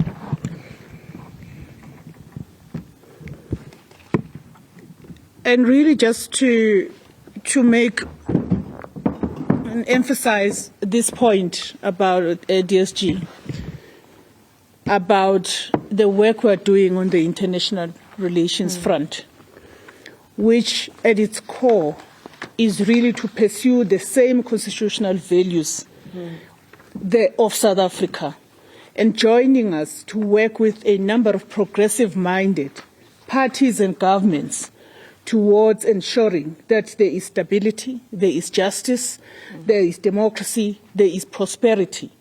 And that has been the stance of the ANC from time immemorial, as Comrade Lindiwe is saying, even before the unbanning of the ANC and other allied movements. And so we will pursue in that regard. We have noted with great concern the attempt by the Democratic Alliance to repackage South Africa's foreign policy. And I think we need to indicate to the people of South Africa that that process, the foreign relations policy, is guided by existing legislations that have been democratically adopted. And so we refuse to at all times be responding to what a minister in the public works environment is doing or to what a minister in another environment is doing, because the ANC has got the burden of leadership. And part of that burden of leadership means we must stay focused on the work of the ANC-led Government of National Unity. And we will be seeing a lot of work coming from the International Relations Subcommittee and the National Executive, really actively participating in ensuring that there's democracy at a geopolitical level. We're going to see that, and that does not happen at the expense of domestic matters. All of these are complementary. And so yourself, members of the media, can look out for the work that we're doing. The DSG has already indicated that we are chairing the Liberation Party, liberation movements, and we will be doing work in that regard as soonest. I'm going to ask Comrade Lamula to react to the other question, and then we will be wrapping up. Thank you very much, Comrade Mahlengi. With regards to the question related to the U.S. elections, indeed, the U.S. is very important in the globe, not only for the people of the U.S. in terms of participating in the elections, because of its long-running democracy. It should serve as an example when there are elections. So, as you are aware, in the U.S., there are various levers of power. One of them is Congress, the State Department, and the various other think tanks that are found in the U.S. Myself, and Minister Tau of Trade and Industry, we have engaged with almost all of them. Think tanks in the U.S. we have engaged in a bipartisan manner, both Democrats and Republican think tanks. Same we have done with Congress. They even convened for us the Africa subcommittee of Congress, which was also a bipartisan committee. And we have also engaged with the State Department. And we left there with a clear impression that we have clarified a number of issues that sometimes trickle in between the two countries in relation to AGOA, in relation to PEPFAR, and in relation to a number of developmental programs that we are running with the United States of America. And we think that in a bipartisan manner, whatever the outcomes of the elections, we will still be able to engage with the United States of America in a cordial, respectful, and sometimes very robust disagreements that do happen from time to time on a number of issues. It's possible, it's normal, but we engage and we are firm on our positions to clarify, and they also clarify their side. But there is a mutual respect for each other's positions, and that's what we're left with there, which we will take forward also again after the elections by continuing to maintain a presence in the U.S. to engage also whoever emerges, and also Congress, which also plays a very important role, particularly when it comes to AGOA, because it's Congress that authorizes and reauthorizes AGOA and so forth. So we think that we have laid a very solid foundation to take this matter forward, irrespective of the outcomes of the elections. Thank you. Thank you very much. Right, so just on the back of that briefing, the ANC's International Relations Committee just wrapping up its workshop, providing some of the outcomes emerging from Kempton Park today. The party says it actually wants to improve its standing in Africa. Just some of the sentiments emerging following that briefing that is still underway. But we're going to continue with more news. In fact, turning our attention now to energy as Africa gears up for the highly anticipated Africa Energy Week.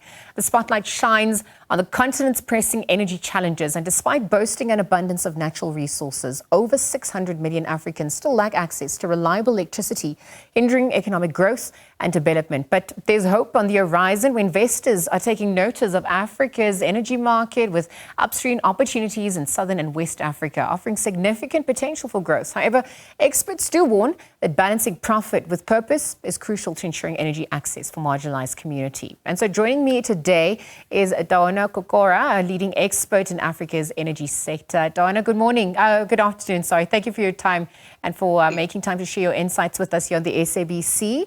Perhaps ahead of Africa's Energy Week, talk to us about the key takeaways that investors and policymakers should be considering providing, addressing the energy poverty on the continent. All right. Good afternoon to yourself and to our viewers, and thank you for the opportunity for joining you today.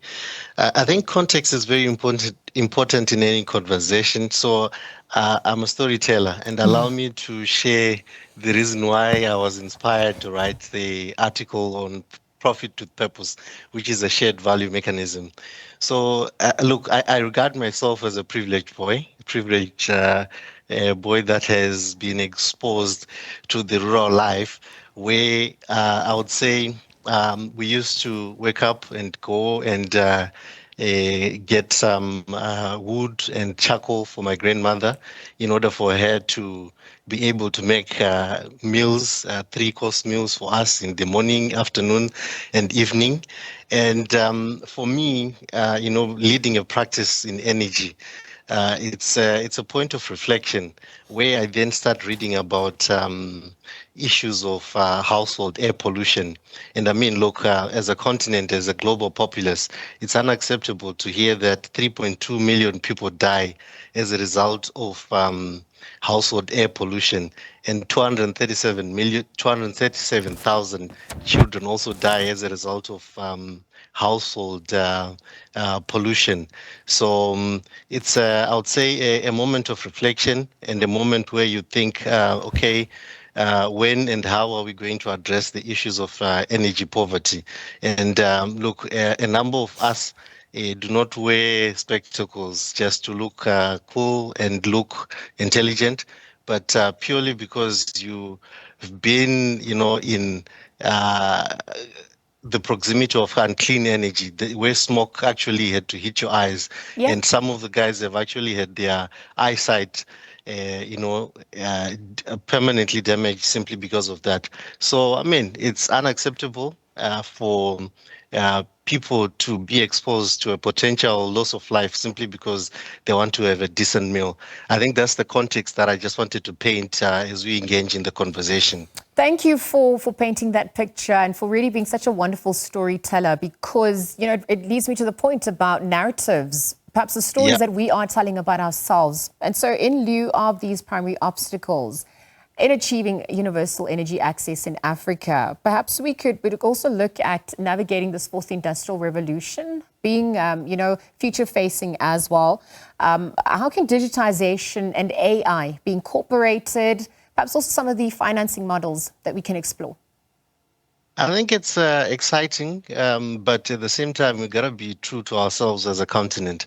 Look, 50% of the continent has got no access to electricity, and we're barely trying to make sure that we try and power Africa and make sure that, all the households get access to energy. But however, that being said, the advent of AI, blockchain, technology can be leveraged as the means to come up with hybrid financing solutions where you can actually then almost collateralize and cross-subsidize risk in multiple jurisdictions, and also utilize AI to pre-monitor and pre-maintain the grid to avoid some of the technical and non-technical losses that most of these utilities are suffering from.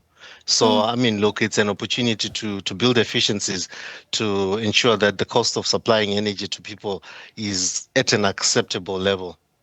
And speaking of which, there's obviously also the application of blockchain in, Africa's energy sector, exploring that possibility and probability, but also the data, how that can be influenced in policy making and decision making as well. But I also wonder what lessons Africa can learn from the global best practices. But how do we also incorporate our own indigenous knowledge systems to provide agency?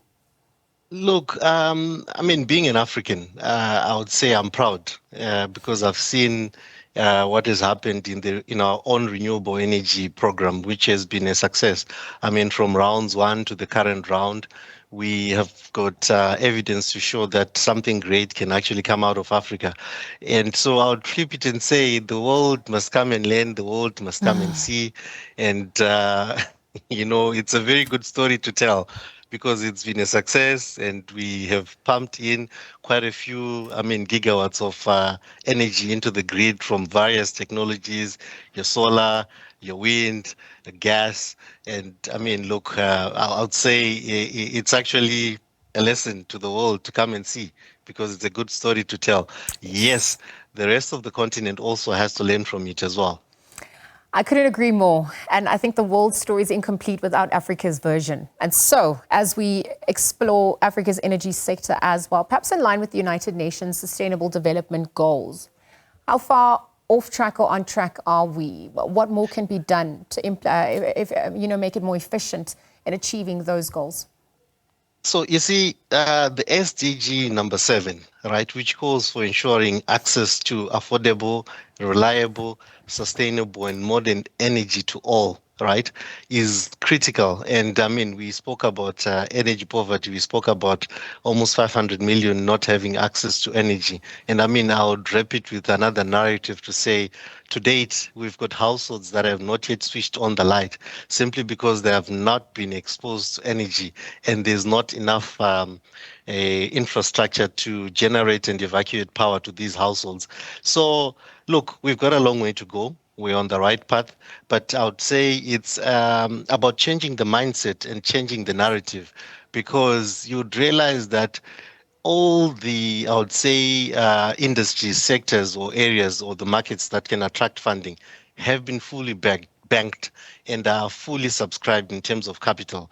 But the undeserving markets, the markets that can't attract capital, which is the rest of the other communities that actually require a supply of energy, are the ones that are struggling. So hence we need to craft a different narrative, different thinking in terms of having a shared value mechanism of matching profit and purpose in order to change the life of our people. Yes. All right, Daona, thank you for joining us at this hour, for weighing in ahead of Africa Energy Week that's obviously happening. Daona Kokora, leading expert in Africa's energy sector, just weighing in on the ahead of looking at some of the energy access in Africa, utilizing some of the opportunities, but also mitigating those challenges that continue to pervade that sector.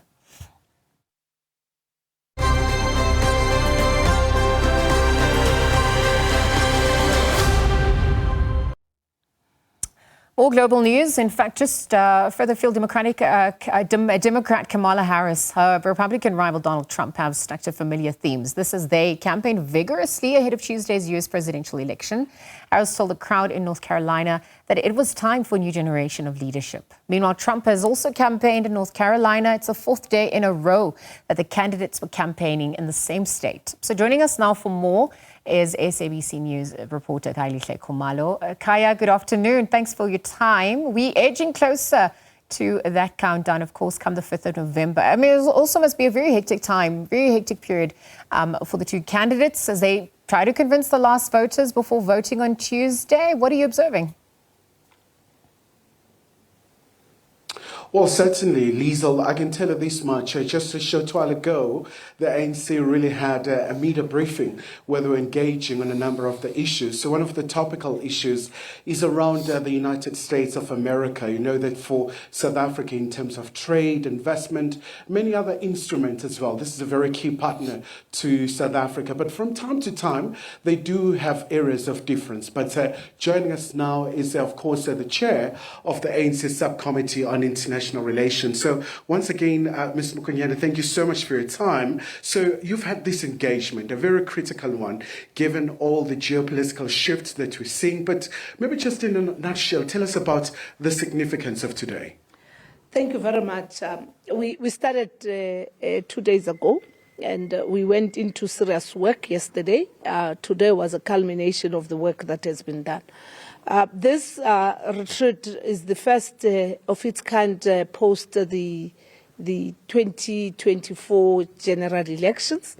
It is also post the 30 years of democracy evaluation, and it is post the strategic setback of the ANC in terms of our electoral fortune. This is a mandated session that comes from the Lekgotla of the ANC National Executive Committee to then go and say, how do we actually reflect on progressive internationalism within this environment of the new dynamics. It has helped us to have an appreciation of where we come from pre-1994. We had many of the participants who were there, Comrade Thabo Mbeki being amongst them, and many of our veterans who were part of this process here over the weekend, who shared with us and the younger generation of the evolution of the ANC's foreign policy, but also international solidarity as the fourth pillar of our national democratic revolution. In it, we looked at not only the world, we also looked at the South Africa we want. The issues about peace, the issues about democracy, the issues about humanity, not only for us as a country, but for the region, the continent, and the globe. Then we looked at what exactly we took going into power in 1994 and how we built the relationships. And we then reflected also on how the ANC has related outside of government with all other progressive formations and liberation movements and even individuals globally around the issues of international relations, both political as well as economic. We looked at the issues around multilateralism, whether there's been actually a value out of these supposed to be multilateral platforms against a unipolar world and dominance of one against the other. There was a serious reflection. There was also a reflection of whether we are still in the best of positions as the African National Congress. We realized that there has been challenges, but we celebrated also the fact that we have contributed meaningfully in many other platforms, including in peacekeeping missions, including in bringing peace in Burundi, in bringing peace in various other countries, not only in South Africa, in Africa, but globally. We looked at solidarity work, not only looking at Palestine, but the plight of Western Sahara, that we will never leave Western Sahara alone, the Saharan people alone. We must actually put together a team that must then take the struggle to a higher level. We then reflected also on the current geopolitics of the expansion of BRICS and what it comes with. And we unpacked that. We looked at the opportunities. We also appreciated what may be the opportunities of the expansion and what may be the challenges. We then looked at our role in terms of protecting our national interests, in terms of inclusive growth, in terms of economic opportunities and stuff, and how we then sustain the relations that we have with those that have continued to invest in the best interest of South Africa, such as the West, but also looking at the opportunities from our South-South relations, including the BRICS formations and stuff. We looked at the transformation of the multilateral institutions. We also registered our observations with regard to the African Union and what is supposed to be its role against what is happening in the continent. In the ECOWAS and in Sudan, the latest outcomes of the Mozambican elections, but also drawing lessons on a smooth transition that we all observed in Botswana, as well as the smooth transition that we saw here in South Africa, the NC having received 40% and being able to move on and pursue what is of importance to the people of South Africa. So this retreat was about exactly helping the NEC of the NC to come with a program of action, understanding that we now have to adapt and we also have to consolidate moving forward against imperialism, as well as the promotion of Pan-Africanism, because those are the key cornerstones of our foreign policy. All right, Ms. Mokonyane, thank you so much indeed for your time. But obviously, Lisa, really reflecting on a number of issues as well, as you know that the world is on tenterhooks as the U.S. will be heading to the polls, and obviously for South Africa to continue with those colder relations with one of the key global economies. So with that, back to you in studio. Thanks, Kaya. Absolutely. The world watching with bated breath, perhaps also to see that impact on South Africa beyond our borders, the continent at large. We'll continue to monitor those developments on the SABC, building up to the 5th of November elections and are obviously awaiting those results as they begin to trickle in thereafter. Let's continue now with more news where the festive season is, with this festive season fast approaching, many South Africans are feeling the financial strain. It's evident by rising credit card and loan reliance for holiday expenses. That's up from 27% to 32% last year. So Milo Legal, it's a part of Financial Wealth Holdings, says it suggests a financial detox to help people prepare for the holidays and also recover afterward. Deshaun Sherman, a QC and compliance manager, now joins us to explain why they, as part of National Debt Advisors, believe a detox will help set consumers for a stress-free start of the new year. Good afternoon, Deshaun. Thank you for your time with the SABC at this hour. Good afternoon, and thank you for having me. Let's get your insights, which say that less and less South Africans have savings set aside. Those who do, we're wondering if it's money actively put aside or do they rely on anticipated year-end bonuses? Some of those trends, patterns that we can make sense of. What is your analysis? So the December holidays obviously brings about its own set of challenges. People obviously have to look at spending money on gifts. They look at traveling. They look at accommodation, food. So, of course, the expenditure is going to increase during the December holidays. Now, what we found is that there's also an increase in credit card dependency within the period, which suggests that consumers are not planning ahead for December or preparing properly, which means that come January, they're going to accumulate a lot more debt than what was planned upon. And then consumers struggle to try and pay off that debt over the following year. So we're seeing a trend where either consumers are spending too much over the holiday season or just haven't prepared well enough to service all of their expenses throughout December. Thank you, Deshaun, for that. So, as we're looking at consumers, their dependence on credit cards and loans, perhaps also, the patterns that's indicative of the consumer behavior, I wonder, what are some of the strategies that can be employed to help mitigate against this phenomenon, particularly during the holiday season, from your vantage point?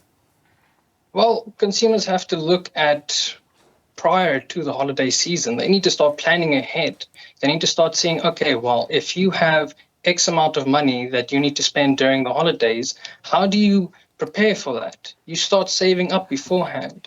You start cutting costs before the big holiday season, especially in November, where consumers can stop spending money on their luxuries as well as eating out. They can start cutting back. And in doing so, they'll be able to at least save up some money before December comes along and takes up most of those savings. Consumers can also look at purging their subscriptions, looking at getting rid of the subscriptions that they don't really use or need. And then as a drastic measure, consumers can also withdraw their budget into cash, divvy it up per week, and then stick to that throughout the month. It's a tangible way of managing your finances, at least in the short term, so that once December comes around, you know that you at least have an amount that you can use to spend during the period. Deshan, let's extend it beyond the holidays then, because in January, I'm just given the reality on the ground. Perhaps you could speak to strategies that individuals could employ to recover financially in January, particularly after schools begin, potential overspending during the holidays as well. What's the reality on that front? So when January comes around and you see that you might have spent a bit too much, which is understandably during the holiday season, consumers can look at January and February employing a sort of detox, financial detox, where in week one, you look at not spending any money at all. So you're going to look at the money that you, or the food that you have left in your pantry. You're going to start making creative ways of keeping yourself entertained, but try and limit expenses as much as possible in week one. In week two, you look at making those credit card and loan repayments, even if it's just the minimum installment. Then by week three, you'll look at your necessities. So for example, your rent and your food, you'll look at those necessities. And by week four, you have to then consider whether or not you've limited your spending to the point where you're able to direct a lot of that excess funds towards the debt that you've accumulated. And then it's just a repeat. You're going to have to stay in control of your finances by keeping tabs of every little cent that you spend. Deshan, an absolute pleasure having you on the SABC for the week ahead. Thank you very much for tuning in at this hour. Deshan Sharman, a QC and compliance manager, explaining just some of the ways consumers can mitigate against the challenges that do come as a result of entering the festive season and beyond. Deshan, thank you for joining us. We have come to the end of the week ahead. Thank you very much for tuning in. It has also been an absolute pleasure to be back. We continue with more news and updates though here on the SABC News channel, DSD channel 404. But for myself, Hazel Wilson, the rest of the team and the crew, until next time, take care. It is goodbye for now.